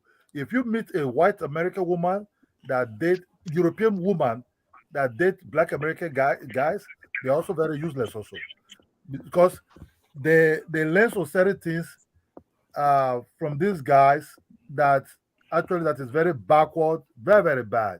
So most Africans do not date this kind of white women. That's just the truth. They don't date this kind of white. Africans would prefer to date a white woman that never been with these Black American guys at all. That's true. Yeah, because you start seeing these women started wearing a basketball jersey. Yeah. All kind of things. You think, oh, this is not what I exactly. See, that's another thing. White women like to wear dresses sometimes. So and you got a woman who's got tattoos looking all hard. With like Jesse. Yeah, looking very scandalous. You don't want to deal with that woman. Yeah, no, you don't deal with this kind of. You have a basketball jersey, pretend to have what kind of American accent. You don't have a New York accent or whatever accent. But you just see that her mouth is very sharp. It's funny what Astros wrote. He said the blacks love racism under the sheets. It looks like it. So that's where I come across this type of Black Americans who call themselves FBA now. Well, it's a community because you look at like what Chukwu Igwe wrote here. He said the community has been fractured by divestors and passport bros. The Edo's culture will fully assimilate into the dominant culture in 1 or 2 generations. It's a wrap. It looks like it. I mean, like like Dr. Umar has been talking about snow bunny. Rasmus, do you think Dr. Umar, wants to come out of the closet with his snow bunny somewhere? Listen, Afrodamus, it's gonna come out. It's gonna come out because if you keep talking about snow bunny, more than likely you're gonna end up with a snow bunny. It's gonna happen. It's gonna happen. And so also, do you think? Do you remember when Tyrese tried to say, put the picture up saying he's Black Queen? When he tried, she got black in her, and now Phil also his wife. I think she, everybody originated from Africa. Rasmus, can't you see she's a black? She's not white. She's just kind of. Come on, man. She's not a black woman, man. She's castizo. let me tell you something about Hispanic. Like Hispanic people are very mixed, and Right. I would say like Hispanic are the most mixed people in this new world. Well, Phil's wife, she's castizo. Like a castizo is the offspring of a mestizo and a white person. So she's like 3/4 white and maybe like 1/4 American. So there's no black. She has no black ancestry or DNA whatsoever. So I don't know what the heck Phil is talking about. But Like you she notice, has a little black in her. you notice what he said. So because remember how because the blacks, they have these pro-blacks telling them lies. Because remember, like what Tariq used to try to say, the Olmecs were black. Also, they try to steal the, so they would even call None of the stuff they're talking about. The Olmecs, they're not black. I The know. Native American, they're not black. None of these Right. people are black.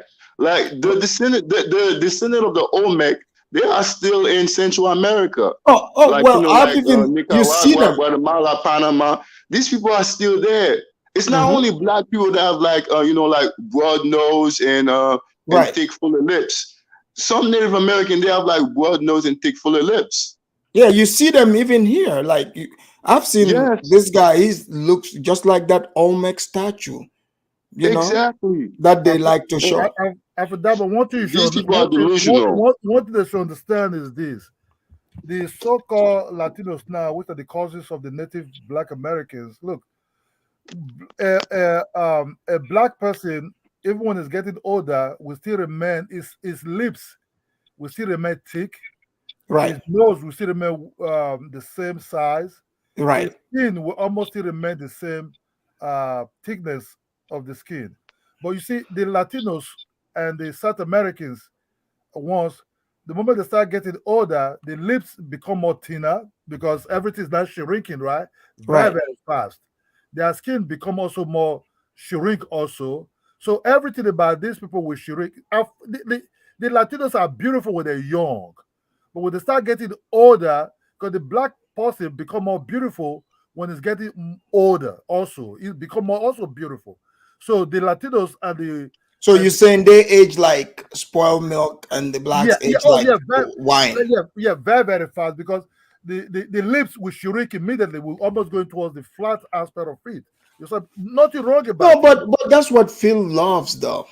Is their DNA, is who they are. Love you have nothing to do. You see, you can grow up with these things. These things are like it's just because the way they said this B1 to everybody, but they're not real practicing this. I'm not into B1. No, man. Don't tell me that shit. Don't preach B1 to me. I'm not used to B1. I'm already. But Kidula, check this out. They don't practice what they preach because they don't really care about being one like that. They only care about it online. They talk about it pretending like they're about this lifestyle, but not really about it.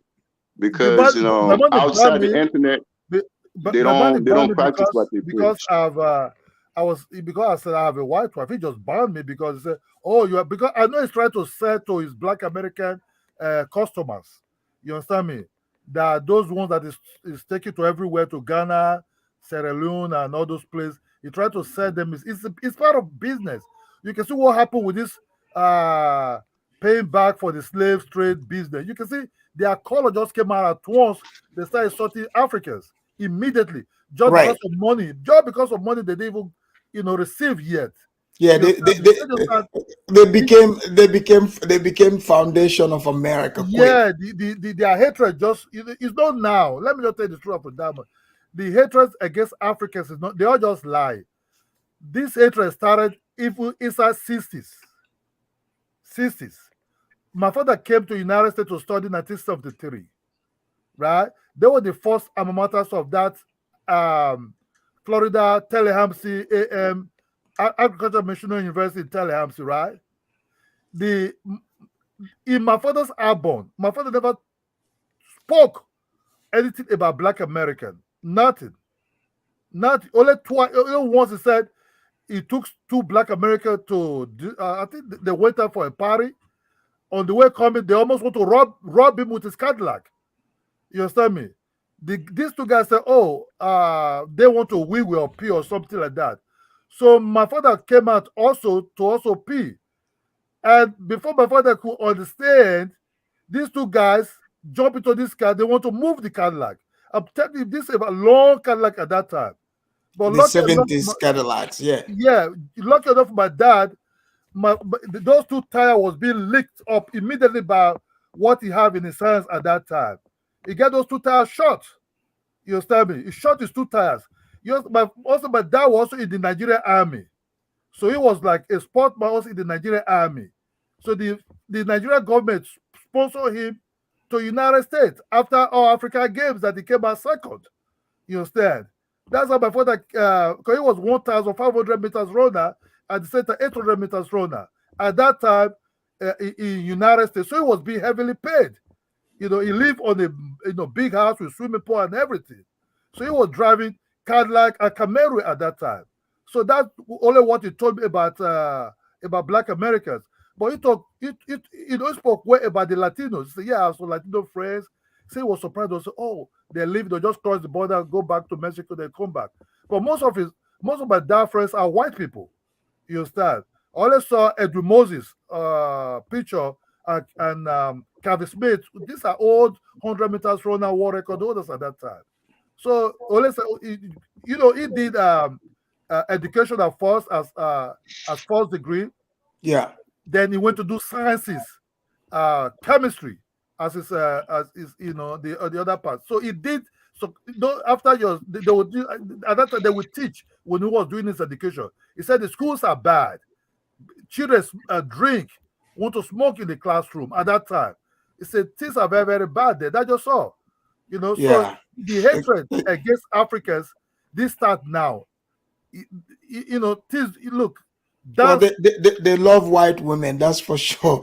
Rasmus, why do you think they're running away? Well, mainly, they are running away. What do you mean, like, running away? No, because Phil, because he's got that, preaching, don't be with the white woman, but he finds what the closest thing to white woman. I mean, it's all a lie because these people speak with a forked tongue. When they're saying that, run away, get away from the white women, get away from the white women, what they are really saying, they are telling you, like, go ahead, be with the white women, get away from the black woman because, like, she's she's loud, she's obnoxious, and he used to call them wildwood hyenas. To be like feminine and stuff like that. That's what they are really telling you. So they are speaking like with a forked tongue. Like they'll always be telling you like, like the white man's the devil. Like the white man speak with a forked tongue. No, why don't he say it instead of blaming the white man? You say what, Afrodamus? Why don't they just do what they want to do instead of blaming it on the white man? Like I said to you, Afrodamus, racism brings money. You have to talk about race. Race is big money in America. If there was no white people in America, they would not be talking about racism. Like, for instance, in my country, there's barely white people in my country. They don't talk about racism in my country. Right. But in America, since we have white people in America, they have to talk about white people because a lot of white people, they have white guilt. I don't understand why these white people have white guilt because whatever that happened in the past, you have absolutely nothing to do with that. You understand? Right. But a lot of white people, they have white guilt. So whenever these people talk about, this is what you used to do with my ancestor. Oh, you enslaved my ancestor. You did this to my ancestor. Well, how do you know that person did this to your ancestors? And how do you know that your ancestors were enslaved? Were you there back then? So these are the questions that you need to ask these people. Do you think they with these white women so they can use the black victimhood when it's necessary? Of course, they are using the black victimhood. Do you think they would really use it with their white family they married into? Of course. Damn. To make them feel guilty. It's a sense of superiority. You understand? That's what it is. Let's bring in Be Brave. Be Brave, welcome to the Afrodamus Report. Hey, Afrodamus, I get on camera, but I'm drunker than hell and a little bit stoned. Oh, you're fine. So, Be Brave, you're catching the topic, it's called Suspected White Supremacist News. FBA race hustlers prefer Becky over Bonkquisha, meaning somehow these people preach like Phil. He preaches against interracial marriage. White is the enemy. But then they discover that he himself is not with a black woman. She's Latino, but they are closer to white than black. So what is your take on why do you think these people prefer? Even though they preach all this, they don't live by it. They scare the other blacks and, white is the enemy, but they sleep with the enemy. Why do you think this is? I did not know Phil was with a white woman, and I am surprised to find that out, considering how filthy he talks about white people. That's what gets you, Afrodamus. That's what makes you sick right to your freaking guts as a white person. You got Isn't that crazy? You got a black man here talking about us like we need. He talks about us as didn't he call us his enemy? Right. That's pretty serious stuff, right? Right. If somebody calls you an enemy, that's not kid stuff. Okay, right? Right. How dare him think that we just go, oh, don't worry about it. Talk about us any way you want. Oh, by the way, make sure you live around us and you want our women. It's like, what the fuck? But you know what kills me more than that, Afrodamus? What? A lot of this discussion kind of hinges on the fact that, have you ever noticed that it's gone without saying, but in the backdrop? Oh, and I want to say, why aren't there any whites up here? You're offering a soapbox that is magnificent for an important discussion, Afrodamus. Oh, you are. This right here today, and you're offering it, and I'm going, where in the hell is any white man? By the way, I'm sorry, I got that off my chest. Thank you very much. I'm glad you called in because, because this idea to say, oh, the white people cannot talk, but you're talking about white issues. You talk about white people all day. You say interracial mixing is not good. White is the enemy, but you're sleeping with the enemy. When what's really sad, Afrodamus, and what kills me is, as I was saying, in the backdrop, tell me if I'm wrong. Isn't it kind of implied and assumed that white women really can't get black women? Yeah. I mean, white men can't get black women. Isn't it assumed that white men cannot get black women? I think it is. They would like to. I'm saying when the black man talks. That's true. Yes. When the black man talks, he's talking about him and Becky and him and Whitey and him and this black and him and this and this. But it's never brought up. They imply that the white man cannot get a black woman. A man the other day, he's a nice gentleman. He come right out and said it on a panel. He said, we use your white women and we'll throw them back to you, right? Right. Okay, excuse me. I asked him, I said, do you think there's there's not as many big old handsome white men as there are big old handsome black men, Afrodamus? You know what I mean? But for the handsome white man, you got to stay the fuck out of his way with your woman, because he'll take your black woman in a fucking minute. And I can't believe that this talk is implied like that. You never hear the discussion. Here's the gig. Here's the bottom line. White men don't want the damn black women. Can we talk about that? Wait. So do you think this is why the black woman is more mad? So there's no competition. So you're saying white men, you guys are not taking the black queen? We don't want nothing to do with them. And I'll tell you why. Because there's only, out of 100 black women, you got one person you want to get on and touch and kiss her cheek. The other 99 of them done ate themselves in the head.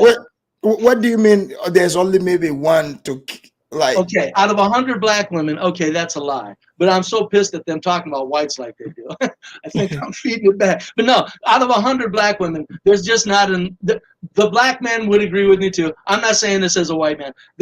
Black women eat themselves to hell very early. So you've got what? 7 black women that you out of 100.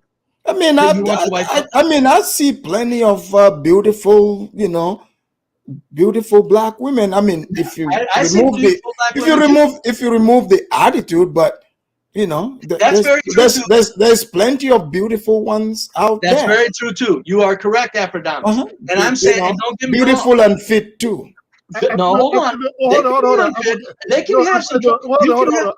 No. Please, you can have 20 pounds. No, please. You can have 20 pounds on the woman. Don't let me sound stupid here. A woman's going to get 20, 30 pounds on her. I'm just saying your attitude is correct. But no, white men get fit women. God damn it. The best of the white men get the best of the fit women.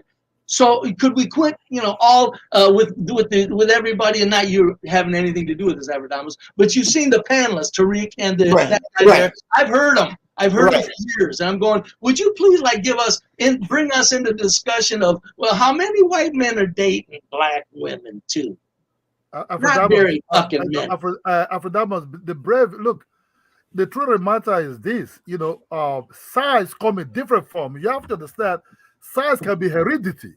You understand me? Your past is your history.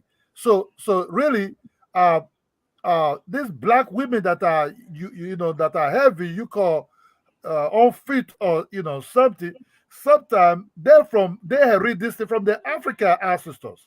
You understand? Because in Africa, actually, most women, when they start having children, they start getting bigger. Yes. You understand me? So I said that.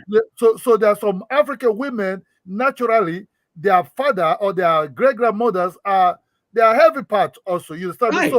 So you don't have to be like fit, but some of these things, you see, what affects the black Americans in United States, let's just be honest, is that they're not fitting into the white way of seeing things.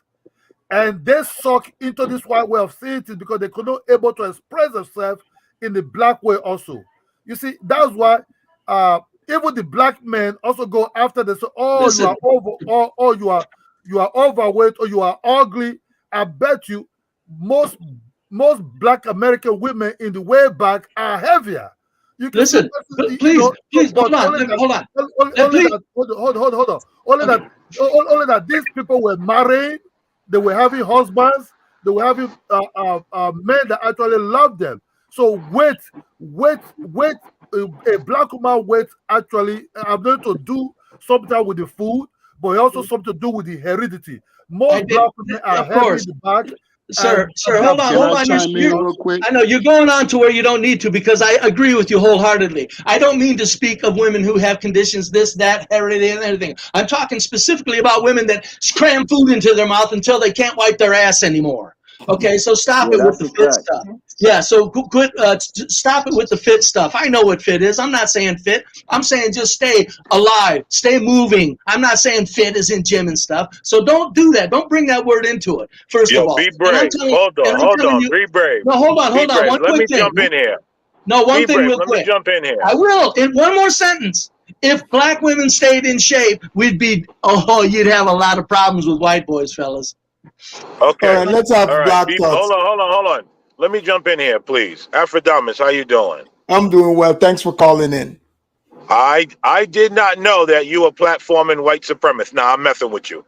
Hey, Be Brave. What's up, Be Brave? It's been a while since I see you. How you been? Pretty good, buddy. Pretty good. All right. What's your take on this pro-black that are saying, the blackity black stuff, white people are the enemy, like stay away from the white woman. You should not marry the white woman. But then we come to find out Mr. Pro-Black is married to a white woman, white Latino. Well, what's the obsession? Listen, isn't that always how it is? Yes. Right? Look, we've been seeing this. Listen, Don Lemon, right, said that white men are the greatest threat to America. He goes home and does what? Okay. Right? With a white man. Getting dicked down by a white man. Right? AOC saying all this stuff about white people. Who's she dating? A white man. Ilhan Omar. All of them. Every last one of them, right? This is just to scare poor people that have not gone outside their door. That's all it is. They all talk that nonsense. Listen, right? What one thing that the black man better understand is that when it comes down to it, the only man that's going to be your friend when it comes down to it is the American white man. You see, here's the thing, right? They don't I've get taken a that, look do at they? huh? They don't get that, do they? I've taken a hard Not look the at panel. society. Yeah. I've taken a hard look at society, and here's one thing that I've learned, right? The American white man has no problem with the American black man. A lot of that animosity that's supposedly there is black women laying it onto black men and having their issues with white women, and they're trying to run it on black men. You know, Black Thought, I actually said this a while ago, right? Some of my videos, you could look back. I said, what I've noticed in society is exactly what you said. Generally, black men, just regular black American men, they don't have issues with white men at all, you know. But when the women have the animosity, and it seems like these pro-blacks are raised by those angry women, and they pretend to hate white people, but they have white women with them. I don't get that. Yeah, it's ridiculous. You know, again, like I said, that these pro-blacks, these guys are grifters. They don't believe half the stuff they say. They don't live half the stuff they say. And I don't pay the pro-blacks any mind, because to me, that they're not really offering anything. All this fist pumping and all of that ain't doing anything for anybody. Well, they're And it's trying to damn get sure not moving the needle for black people. reparations, sir. They're trying to get you all reparation. Man, let me tell you something. Reparations ain't never gonna happen. You know, they could keep fooling people all they want, having people pumping their chest. They could do all of that, but it ain't never gonna happen. On that note, before I get out of here, let me ask Black Thought something in the panel. Do you think that maybe on reparations, because if you look at the problems that blacks are causing in society across the board, how much money it takes to clean that up, do you think maybe that's why? But that started by your white liberal cousins. That's what I'm saying, right? That's what I'm saying. You're right. Let me finish. Please. Let me finish. Don't leave out your white liberal cousins. We got to talk about their degeneracy. Black Thoughts, you know what I've said to you before. I believe the white liberals are the first tool, blacks are the second, and the corporate machine is the first. The white liberals are the ones that are in the next step up to management. I get that. Come on now. What I'm saying is there's just something going on here that if I didn't lose my thought. No, you're talking about. I got it. No, there's something going on here that is more serious than just what you speak of, and people just doing that shit. There's these people that can talk like that and then go white.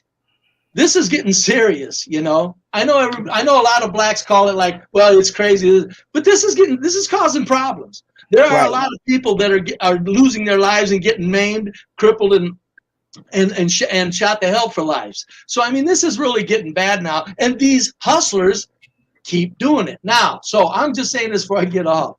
These hustlers are either agents, or they are some of the most dangerous damn natural beings in America right now, because they're just.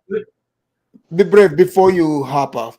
Yeah. Why do you think even like these black guys, they're in love with the white woman? Let's just call a spade a spade.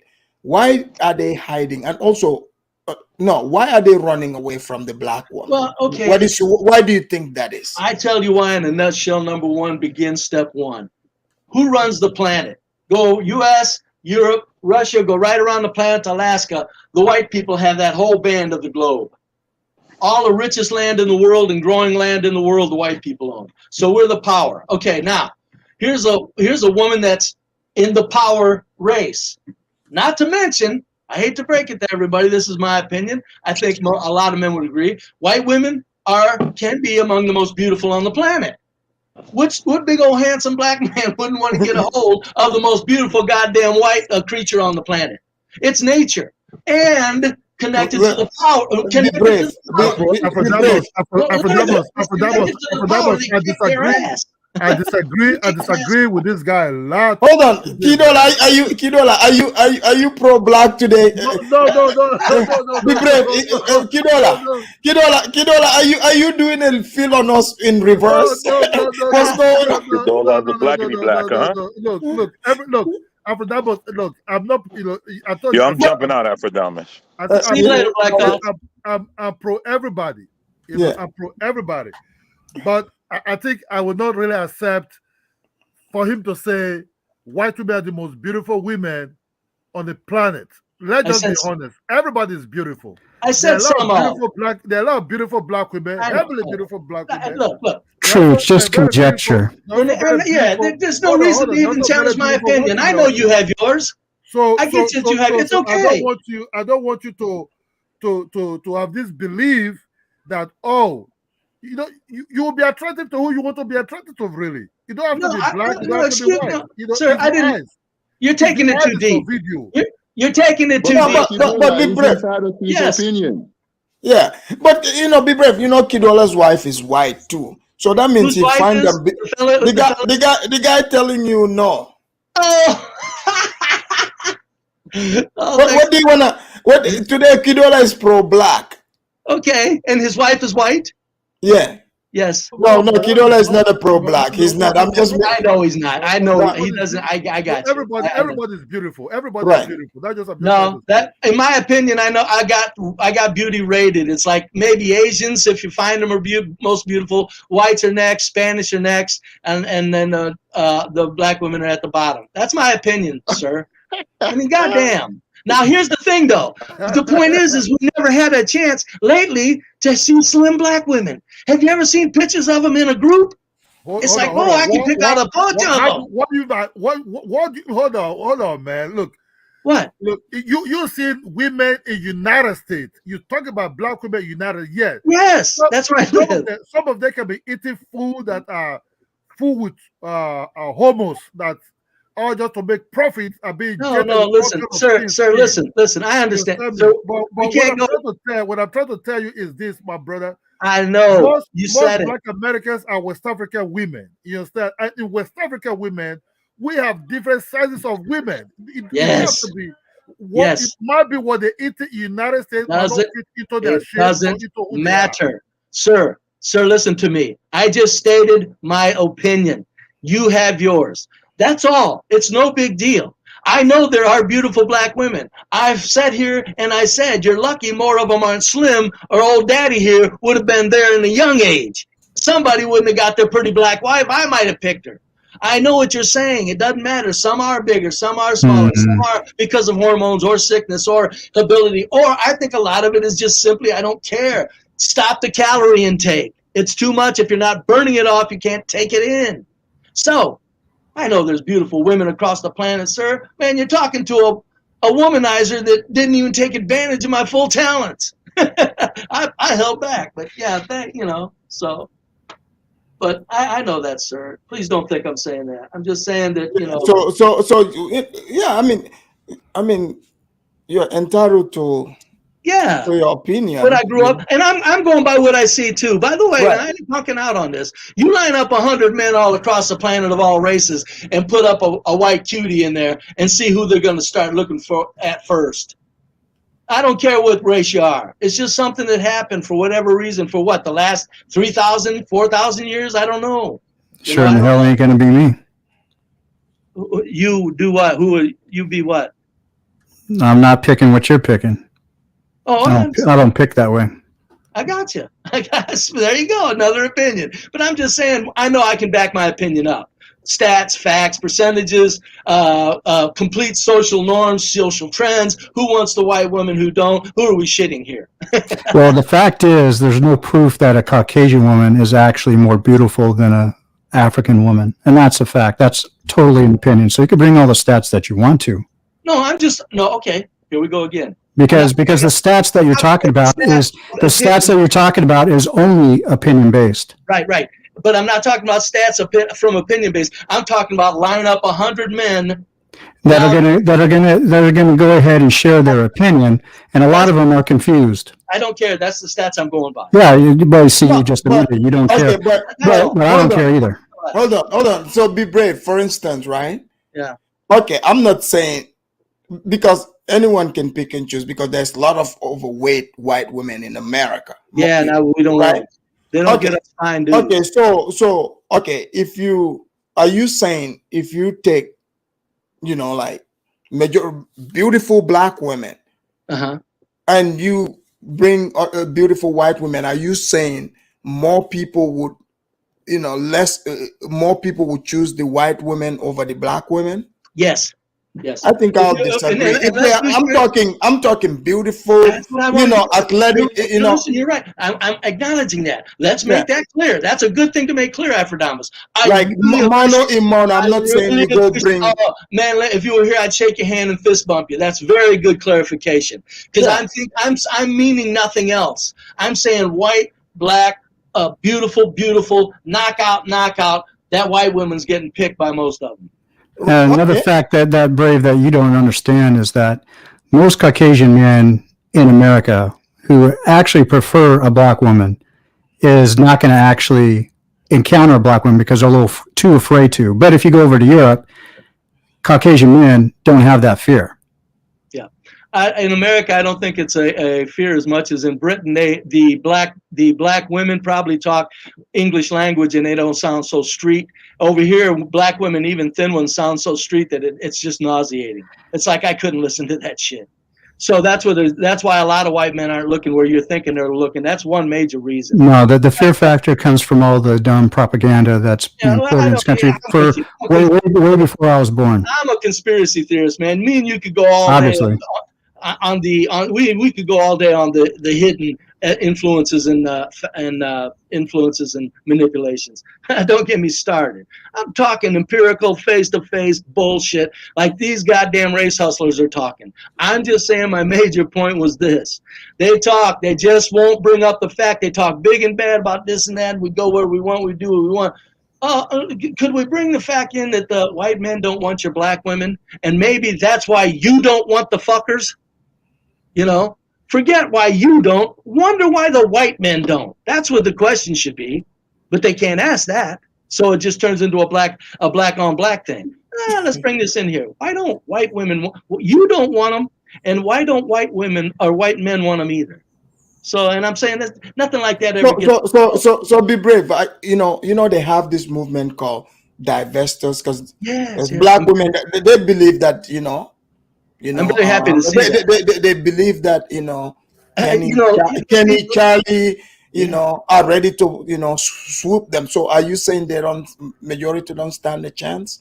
The majority of black women don't stand a chance of divesting? Well, they want to divest to the white man.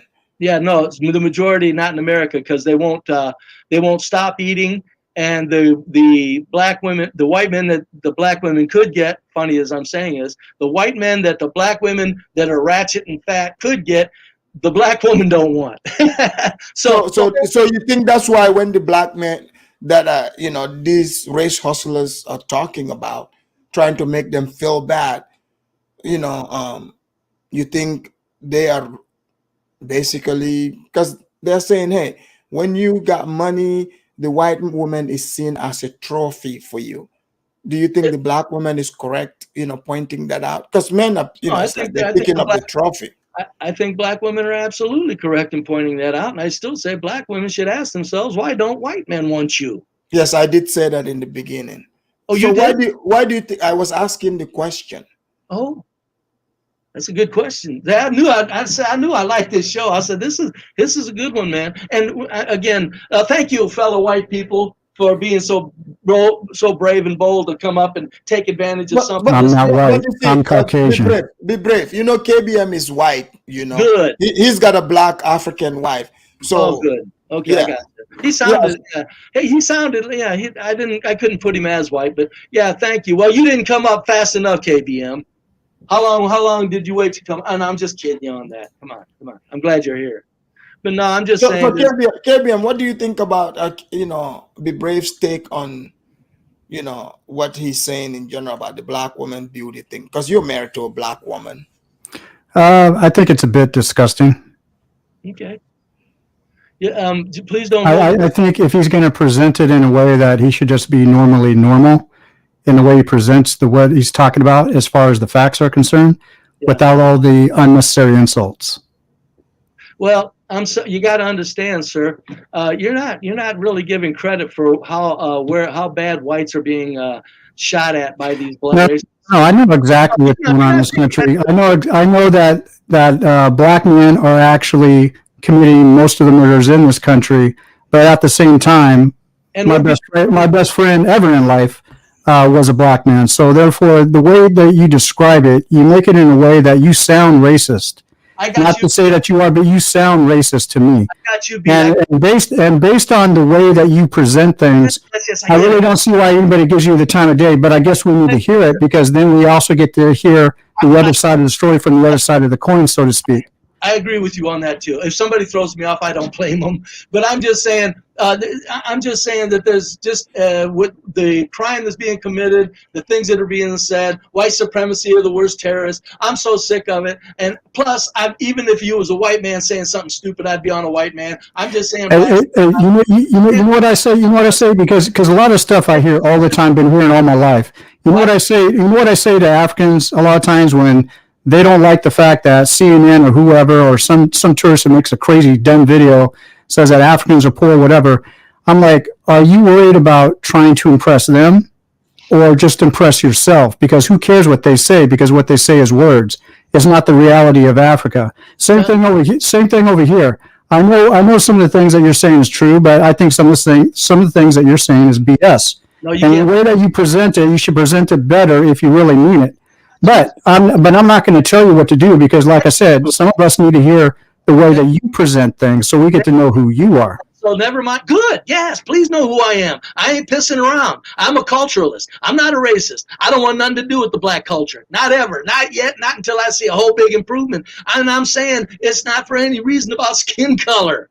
I'm saying if I can prove that you're doing what makes people sick and kicks them into self-preservation mode, then I have a right to speak rather assertively about things that, well, hell, nobody else is saying, white man. I haven't heard. Yeah, you know the way I lived my life ever since mid-teenage years. Okay. I didn't give an F. Who said what about me? Whether if it was racism, whether if I was skinny or fat, whether if a woman says I'm broke because I look broke or don't broke or because I don't spend any money on her. Hey, I used to pull chicks with a bus pass. I never had a car. I never needed it. So, hey, you know, the way you present things is how people are going to project who you are. I've been looking across these YouTube streets for 4 months. That's when I came on. I ain't never seen you coming on here saying shit about white behalf. Try it on somebody else, man. I'm speaking on white behalf. Get out of my way. And well, I'm speaking on the human behalf. I don't like race hustlers. I detest race hustlers. And to me, you sound a little bit like a race hustler yourself. And why you're getting on this panel is a little confusing to me. But anyway, again, like I said before, we need to hear who you are. Oh, KBM, can you turn your mic down a little bit? It's a bit loud. Okay. When I see titles like this, I would appreciate it. Look, you know, this is we want everyone to, come here and discuss. You know, you're all welcome here. You know, this is an important discussion. Absolutely. If somebody gets a bit passionate about it, who are you to cuss somebody out? This is world-shaping issues. I'm saying bringing up the top liver here. Yeah. No, this is real shit. The brave love white women, KBM got him an African woman. So I can understand the difference here. You think I'd have never went with a black woman if I bumped into her and she was slim and pretty? I'd have tore her ass up. I'd have married her. See right there. That's stupid. I don't care. I'm just saying the same thing about a white woman. I'm saying whether if she's going to be Caucasian or not, it doesn't matter. It's disgusting. Hold on. Let me read this super chat real quick. Kwaku, thank you for the super chat. He said, Be Brave just said he wants nothing to do with black people, but is always talking about black people. Which is it? Oh, thank you for the super chat. Can I answer that? Yeah, go ahead. All right. I say I don't want nothing to do with black people because of the culture, not the people. You think I don't want Aphrodamos for my neighbor? Are you out of your damn mind? I would love that. It's just if I don't know him, I wouldn't love it. That's how bad the black culture is. It has nothing to do with what you're talking about, sir. I have to talk about black culture. It's ripping apart white communities now, more than it ever has. Carjackings, 30% up. Vehicles, 60% up. Robberies, burglaries, all being done by mostly 90% black youth. Who are we shitting here? Are you crazy? Well, you know, I happen to live in Portland, Oregon, which is one of the shittiest cities in the entire United States. Yeah. And it's also it's considered the whitest metropolitan in the United States, meaning 74% of the population is Caucasian. Mhm. So therefore, the crime that we have in this city, which is overwhelming, it actually is overwhelming, is mostly done by who? Caucasians. We only have a 6% African American population, and I would say right about now, getting close to, if not done already, we have more Africans in this city than we do black Americans. Talking about violent. I'm talking about violent crimes too. I'm not talking about just drug use. Not talking about stealing at Walmart closing the doors in Portland. No, I'm talking about violent crimes as well. Has gone up, and it's mostly due to Caucasians that live in this city. They are the majority. Are some of the black Americans, that 6% doing? Absolutely, yes, there is. But hey, the facts are this city is a problem, and most of the population is what I just stated. Get back to Portland. What percentage of these whites are doing violent crimes? Who's doing the violent crimes against strangers? You're telling me fucking white people are? That's exactly what I'm telling you, and I see it almost every day. I was almost accosted by one the other day on public transportation. I was also almost accosted by I know why. Here's why. why. Black American on the same transportation line. So hey, it happens. But when I go out on the street in this city and I'm seeing violent crimes, it's mostly being done by Caucasians. It's not mostly being done by the black Americans. They don't make the majority. They're nowhere close. They're a dime in the bucket as far as the population is concerned. So no, there is no come on. This is what it is. It's not a come on. You can come up with all the come ons you want. It's not going to happen like that. Come visit Portland. No, when I see you in your videos, what I see in the background, when you actually have your camera on, I see that you barricade yourself with a 2x4 because you're probably afraid you're going to be another one of those. Whatever happened in Montana a long time ago with the FBI. So Ruby Ridge, I think you're another one of those guys from Ruby Ridge. Probably got a lot of arms. All right, very good. Firearms built up in your household, and you probably got some illegal shit. I don't know, but that's just an assumption. Really, but to me, you are disgusting. Please. All right, guys.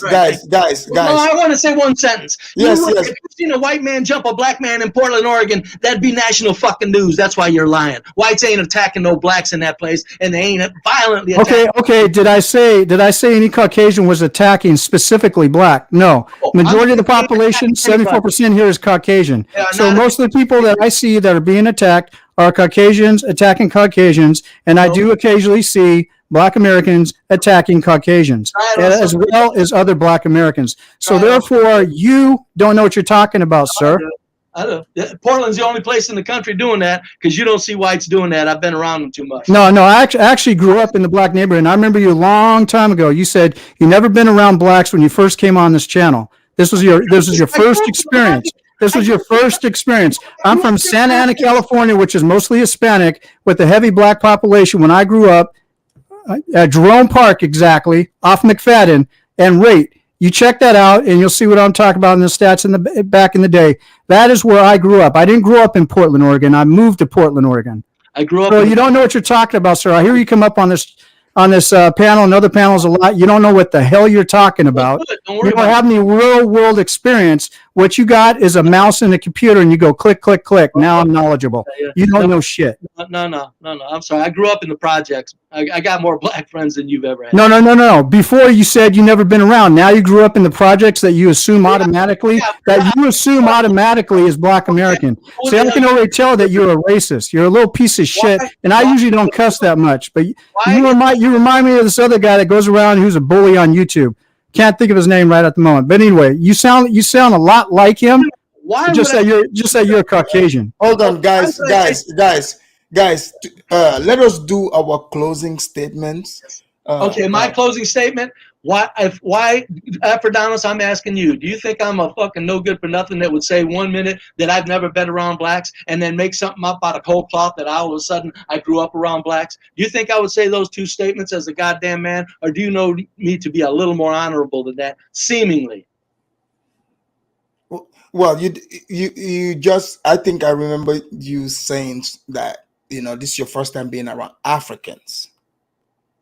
But where was I referring to, for God's sakes? Because I certainly wouldn't be around Africans and be saying around Africans as in community or in the United States. Was I referring to the, no, to the past? Yeah. I mean, no, I said I've never been around African women enough to date them is where I went. Okay, you cleared Yes, it. no, my God, I grew up around Africans or black people.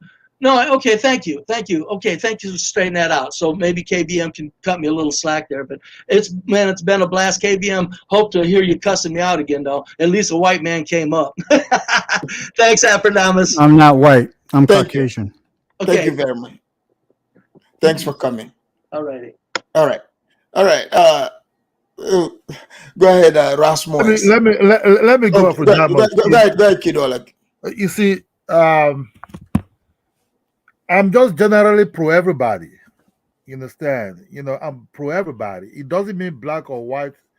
Because what Brave did was a little bit disrespected. In a way, you try to put the other side down and try to raise the other side up. It doesn't go like that, because you have to be a little bit sensitive when you're doing these things. Everybody is beautiful. Nobody's, in every culture, in every race, there are beautiful people, there are ugly people. Who can even tell who's ugly? Who can even tell who's beautiful?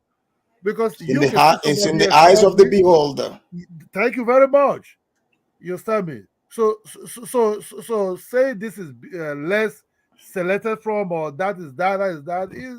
It didn't really mean to come up. We're just talking about this race, because what he said is no different from this FBA people also. You understand me? Who just hustle race and make a mess out of this race also. You understand me? So for me, really, everybody is beautiful. My wife is very, very beautiful. Might be somebody she's not beautiful. You understand me? I have beautiful sisters. You understand? I have beautiful cousins. I have beautiful friends. Who are also female. Black women also. I'm just trying to say. So in the size of whatever is categorized, black women are very, very big. Just the truth of the matter, West African women are mostly large in their waist. You understand me? They are big waist. You understand? That's where you don't know West African women. If you go to Ghana, you see them like that. Even with a set teeth on their head, walk almost about 20 kilometers every day, but they still have that large hip, but with strong neck and strong hip bones. You understand? Their body is strong. That just to say that every culture, every race have its own size. You understand? Everybody is beautiful. So I'm not into this B1, B2. No. I'm B everybody. I love everybody. That's just all, man. Thank you, bro.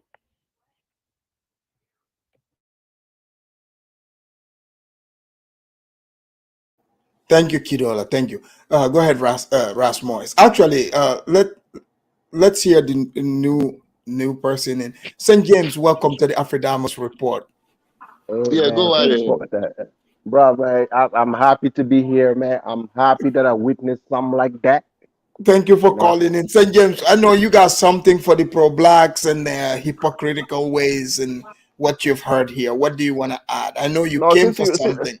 No, since you're closing, man, I was just wondering if we can do something for that, because it's too embarrassing, and I feel like, as Africans, is there a way for us to do something? Because, we were accused of running from Africa, but I'm showing a lot of running in the black community, and I'm asking myself, like, what can we do? Oh, we'll do a show. We'll do a show on it and highlight, because see where people are running to and why they are running. You can't run from your own women. So are you saying? Listen, nah, man, that's not cool. You gotta stay. Africans, if you say Africans run for, from Africa to the West for a better life, that's understandable. But you cannot run from your women. We can't compare the two, man. And for my man, be brave, man. I don't have no bone to pick, between the conversation that they were having. But I'm like, okay, there was a time where white people were, killing blacks from checking their women, right? Do you agree with that? Right. On the flip side, we never had that, right? Right. So we're not afraid of white people checking our women. We're not afraid. So you were the one being afraid back then, stopping blacks from checking white women. So remember that. Remember that. So we got one up. So if you want to come close, St. James, what do you want to add on to your your pro-black brother there, Phil, with with the light skin African woman he's got? Oh man, the one that you showing the show? Yeah, she does. But I don't want to blame Phil too much because he live in Texas. I don't know. But it's about what he preaches. Like if he's just doing it, no problem. But I mean, he's preaching this. The man got to earn a living. I don't fault him for that. He has to earn a living. So he learned from the best. He learned from the best. He has to hustle. Us living in the United States, we understand this is a hustle. We don't take that serious. For those people who took it serious, they're the one who's going to have problems. We don't. We get it from the jump. You tell people this is who they are. If you don't want to trust it, it's on you. So we from the United States, we know. Phil pulling with the Latina it is expected. He live in Texas. Who else you want to turn to? That dude is like 500 pounds, man. Where you gonna go with that? Ethiopia. He going to Ethiopia. Let's bring in every rude boy also. Them Ethiopian ain't gonna check. No, he's not gonna. No, it's not gonna work, man. It's not gonna work. He's been going there though. No, I mean he like the climate. Maybe he like the people, but it's not. It's not gonna score anything in there. Maybe St. James also will suggest. We'll suggest West Africa somewhere there. No, them dudes are when you mention West Africa, you know what's going on. They're freak out. So they haven't figured out West Africa yet. So let them take their time with East Africa. Let them play a little bit. When they come close to home, we can have the conversation. I don't know. That's right. That's the least I can. That's the least I can say. But tell my man, he can take it funny, man. That's the funniest part. Like I was listening to him. He was like, nah, if the white boy want them black girls, man. Listen, man. We're packing over here, man. We got that mandingo, man. Let's be honest, man. We can do some damage, man. So thank you, St. James. Thank you. Thank you very Let's much, bring in man. Eric Rude Boy. Eric Rude Boy, go ahead. Oh, I just wanted to recommend a video for you to do a future stream on. I don't know if you've seen it. It was called Africans and African Americans Truth or Drink. Have you seen it or no? What is it called? Africans and African Americans Truth or Drink. Can you can you look it up on YouTube? It's popular. It came out a week ago. You said Africans. Who made it?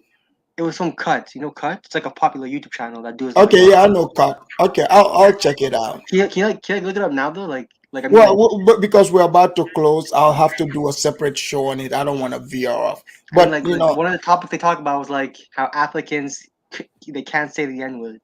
Only Black Americans can say it. Oh, why? Because Africans, are not Negrito. No, it's because Africans are this one Ados dude who said Africans they don't say the N-word around their parents. The Africans were the ones that called that. What are they talking about? Yeah, man, it's interesting. That's one thing they talked about, but they talk about other stuff. So they are the only if they want to own the N-word, they can own it. That's no problem. If you say it's a part of their culture, their parents say the N-word, their grandparents say it, but with Africans, the parents don't say the N-word. Only the young kids do it. So if they want to keep it and sing about it, no problem. We have no problem. The African delegations, we would not, we voting, they can keep it. No problem. Yeah, but I'll send you the link to the video in the private chat. Okay, please do. Yeah. Thank you, Rude Boy. All right, Rasmus, go ahead. Yes, so kudos to KBN for displaying his Super Saiyan power. Yeah, it's a beautiful show. Like listen, I wasn't expecting this. Like two Caucasian guy, like doing like the Royal Rumble, battling it out. But man, like like everyone has the right to exercise their freedom of speech. Like it is what it is. But when it comes to the black side being hypocrites, man, listen, man, these people are not really poor blacks. Like it's one thing like if you talk about poor black, B1, like stuff like that. But if you're not practicing that, like what's the point of it? Like I said earlier on, like they don't really practice what they preach. They just talk about it and then they do the opposite. Like there's this gender war going on, like them bashing each other online. I mean, to me it's ridiculous. I mean, like you got the black man talking about, oh, black women don't respect us, like blah blah blah blah. The black women talking about, oh, the black men don't do this. I mean, it's ridiculous, man. I've never seen stuff like this. So what do you think about the black women flying to go meet Baba Tunde in Kwame's? Listen, man. They're gonna they're gonna come back to the United States and then they're going to do their funeral because you trying to go to Africa and you trying to assert your dominance to African men, and I know like in African society is very patriarchal. You try to assert your dominance, man. Listen, your body gonna come back in a box. So that's what I have to say about this. I mean, like African men are not going to tolerate like a woman that is loud, obnoxious, like talking crap to him, like belittling him. They're not gonna put up for that stuff. So they better watch out, man, because they're not in America anymore. Because in America you can talk however you want to talk to the man, but in Africa, like they want their shit over there. So they better watch it out. They better watch it. Thank you, Rasmus. You all heard it, ladies, from Rasmus. Say, get your head straight, or else they would help straighten it for you. We don't want that to happen. Well, thank you very much, Rasmus. All right, KBM, last words, and I know you didn't get to where you were headed, because I wanted to hear your take on, Phil's forked tongue, preaching against interracial marriage while he's in one. And if you want to also address, the later topic, you can close out with that. Yeah, excuse me for my outburst, and thank you for having me on. But I just had to get that stuff out because I'm sick and tired of hearing that dude saying a lot of crap that's just absolutely unnecessary and doesn't know what he's talking about a lot of the times. And he comes out with stuff, he knows what he's talking about, but it just doesn't mix. But beyond that, as far as Phil is concerned, I remember I told you a while back that he had one video he made, and I think he took it down, that he got a genealogy report about his wife. You remember that conversation? Yeah. Okay. So basically, if anybody hasn't seen that video, when people were going in on him for being pro-black and having a Mexican wife, he brought out this genealogy report, or so-called genealogy report, discussing and trying to enforce that she's black based on the percentage or whatever. And he just made himself look absolutely ridiculous. And I don't see that video anymore. Maybe somebody caught it out there and we can watch it at a future date. Hopefully somebody did. But as far as him, I've seen these videos before that you brought up today. And it was quite a while ago. I don't even think I went all the way through them just because it's so much babble and so much hypocrisy. He goes from calling black women in America hyenas on his channel to saying that he's pro black and he's rooting for Africa, and then within his so-called African show, he's disrespecting Africans. I don't trust this guy for anything. He's a horrible race hustler, but you got a lot of people out there. He's got a lot of subscribers. You got a lot of people that are just lazy and they just want to hear stuff that's just junk, pure junk. And a few people, unfortunately, are going to pick up on, being naive, going to pick up on it and say, "Oh, wow, I didn't know that." Exactly. I mean, you're right. And it's like, unfortunately, they're going to continue to eat it. Maybe, just maybe, he's feeding their inner ego because they truly, feel like he's speaking their language because they have animosity, envy, for white people. Because there's a whole group set up talking about we are divestors. Mm-hmm. So that means they want to be with white people. Why can't they just do that without, doing all this hooping and hollering and mental gymnastics and all that? Yeah, I mean, if you really look at it, Phil, we could say he's the biggest hypocrite in a particular space, and maybe he is, maybe he's not. I've seen a lot of hypocrites in my life. He's one of them. He's one of them for sure. But I could guarantee you this, and it's obvious for a lot of people. I don't know why other people don't see it. He's doing this because he's making YouTube money. He's making a YouTube check, and he's lazy. If you remember some of the stories they talked about when he first got started, he was sitting on the toilet in his bathroom because he can hear his voice on the tapestry on the walls. That's how he got to start, was on a toilet. On a toilet, everybody. It was on a toilet.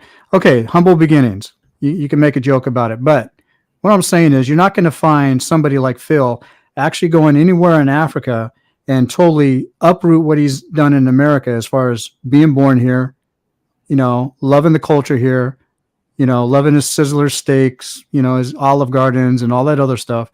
He's not going to transplant over to Africa. The best that he might ever do, because he's got a little money in his pocket, just to show off anyway, is to buy some leasehold land, a lease, and maybe even put a house on it. But there's no way he's going to uproot himself from America to Africa. Why? Because he ain't built for Africa. Period. This is correct. And in the clip, did you see? It looks like one of them was O'Shea's old. Yeah. I've seen that. Someone was cooking him. I wonder what the name of that video is. I want to see it and review it. Yeah, I've seen that guy before too, quite a few times back in like 2017, 2018, but I definitely don't remember his name. But he's definitely like, one of those Trump supporters and rooting for America, against Antifa, against BLM, and against crap like Phil is talking about. Because, everybody knows Phil. And that guy was no stranger, obviously. Absolutely. Well, KBM, thank you for coming in, and you had it back and forth with Be Brave. I guess he knows where you stand, and he knows where you stand. I appreciate it. Thank you very much, and thanks Kidola, and thanks Rosmois and St. James. Have a good day. Enjoy. All right, guys, that was KBM. That brings us to the end of today's show. As you know, guys, obviously, the reason about the show, you are seeing the pro-blacks are clearly, not doing the right thing. Okay, guys, give me a minute.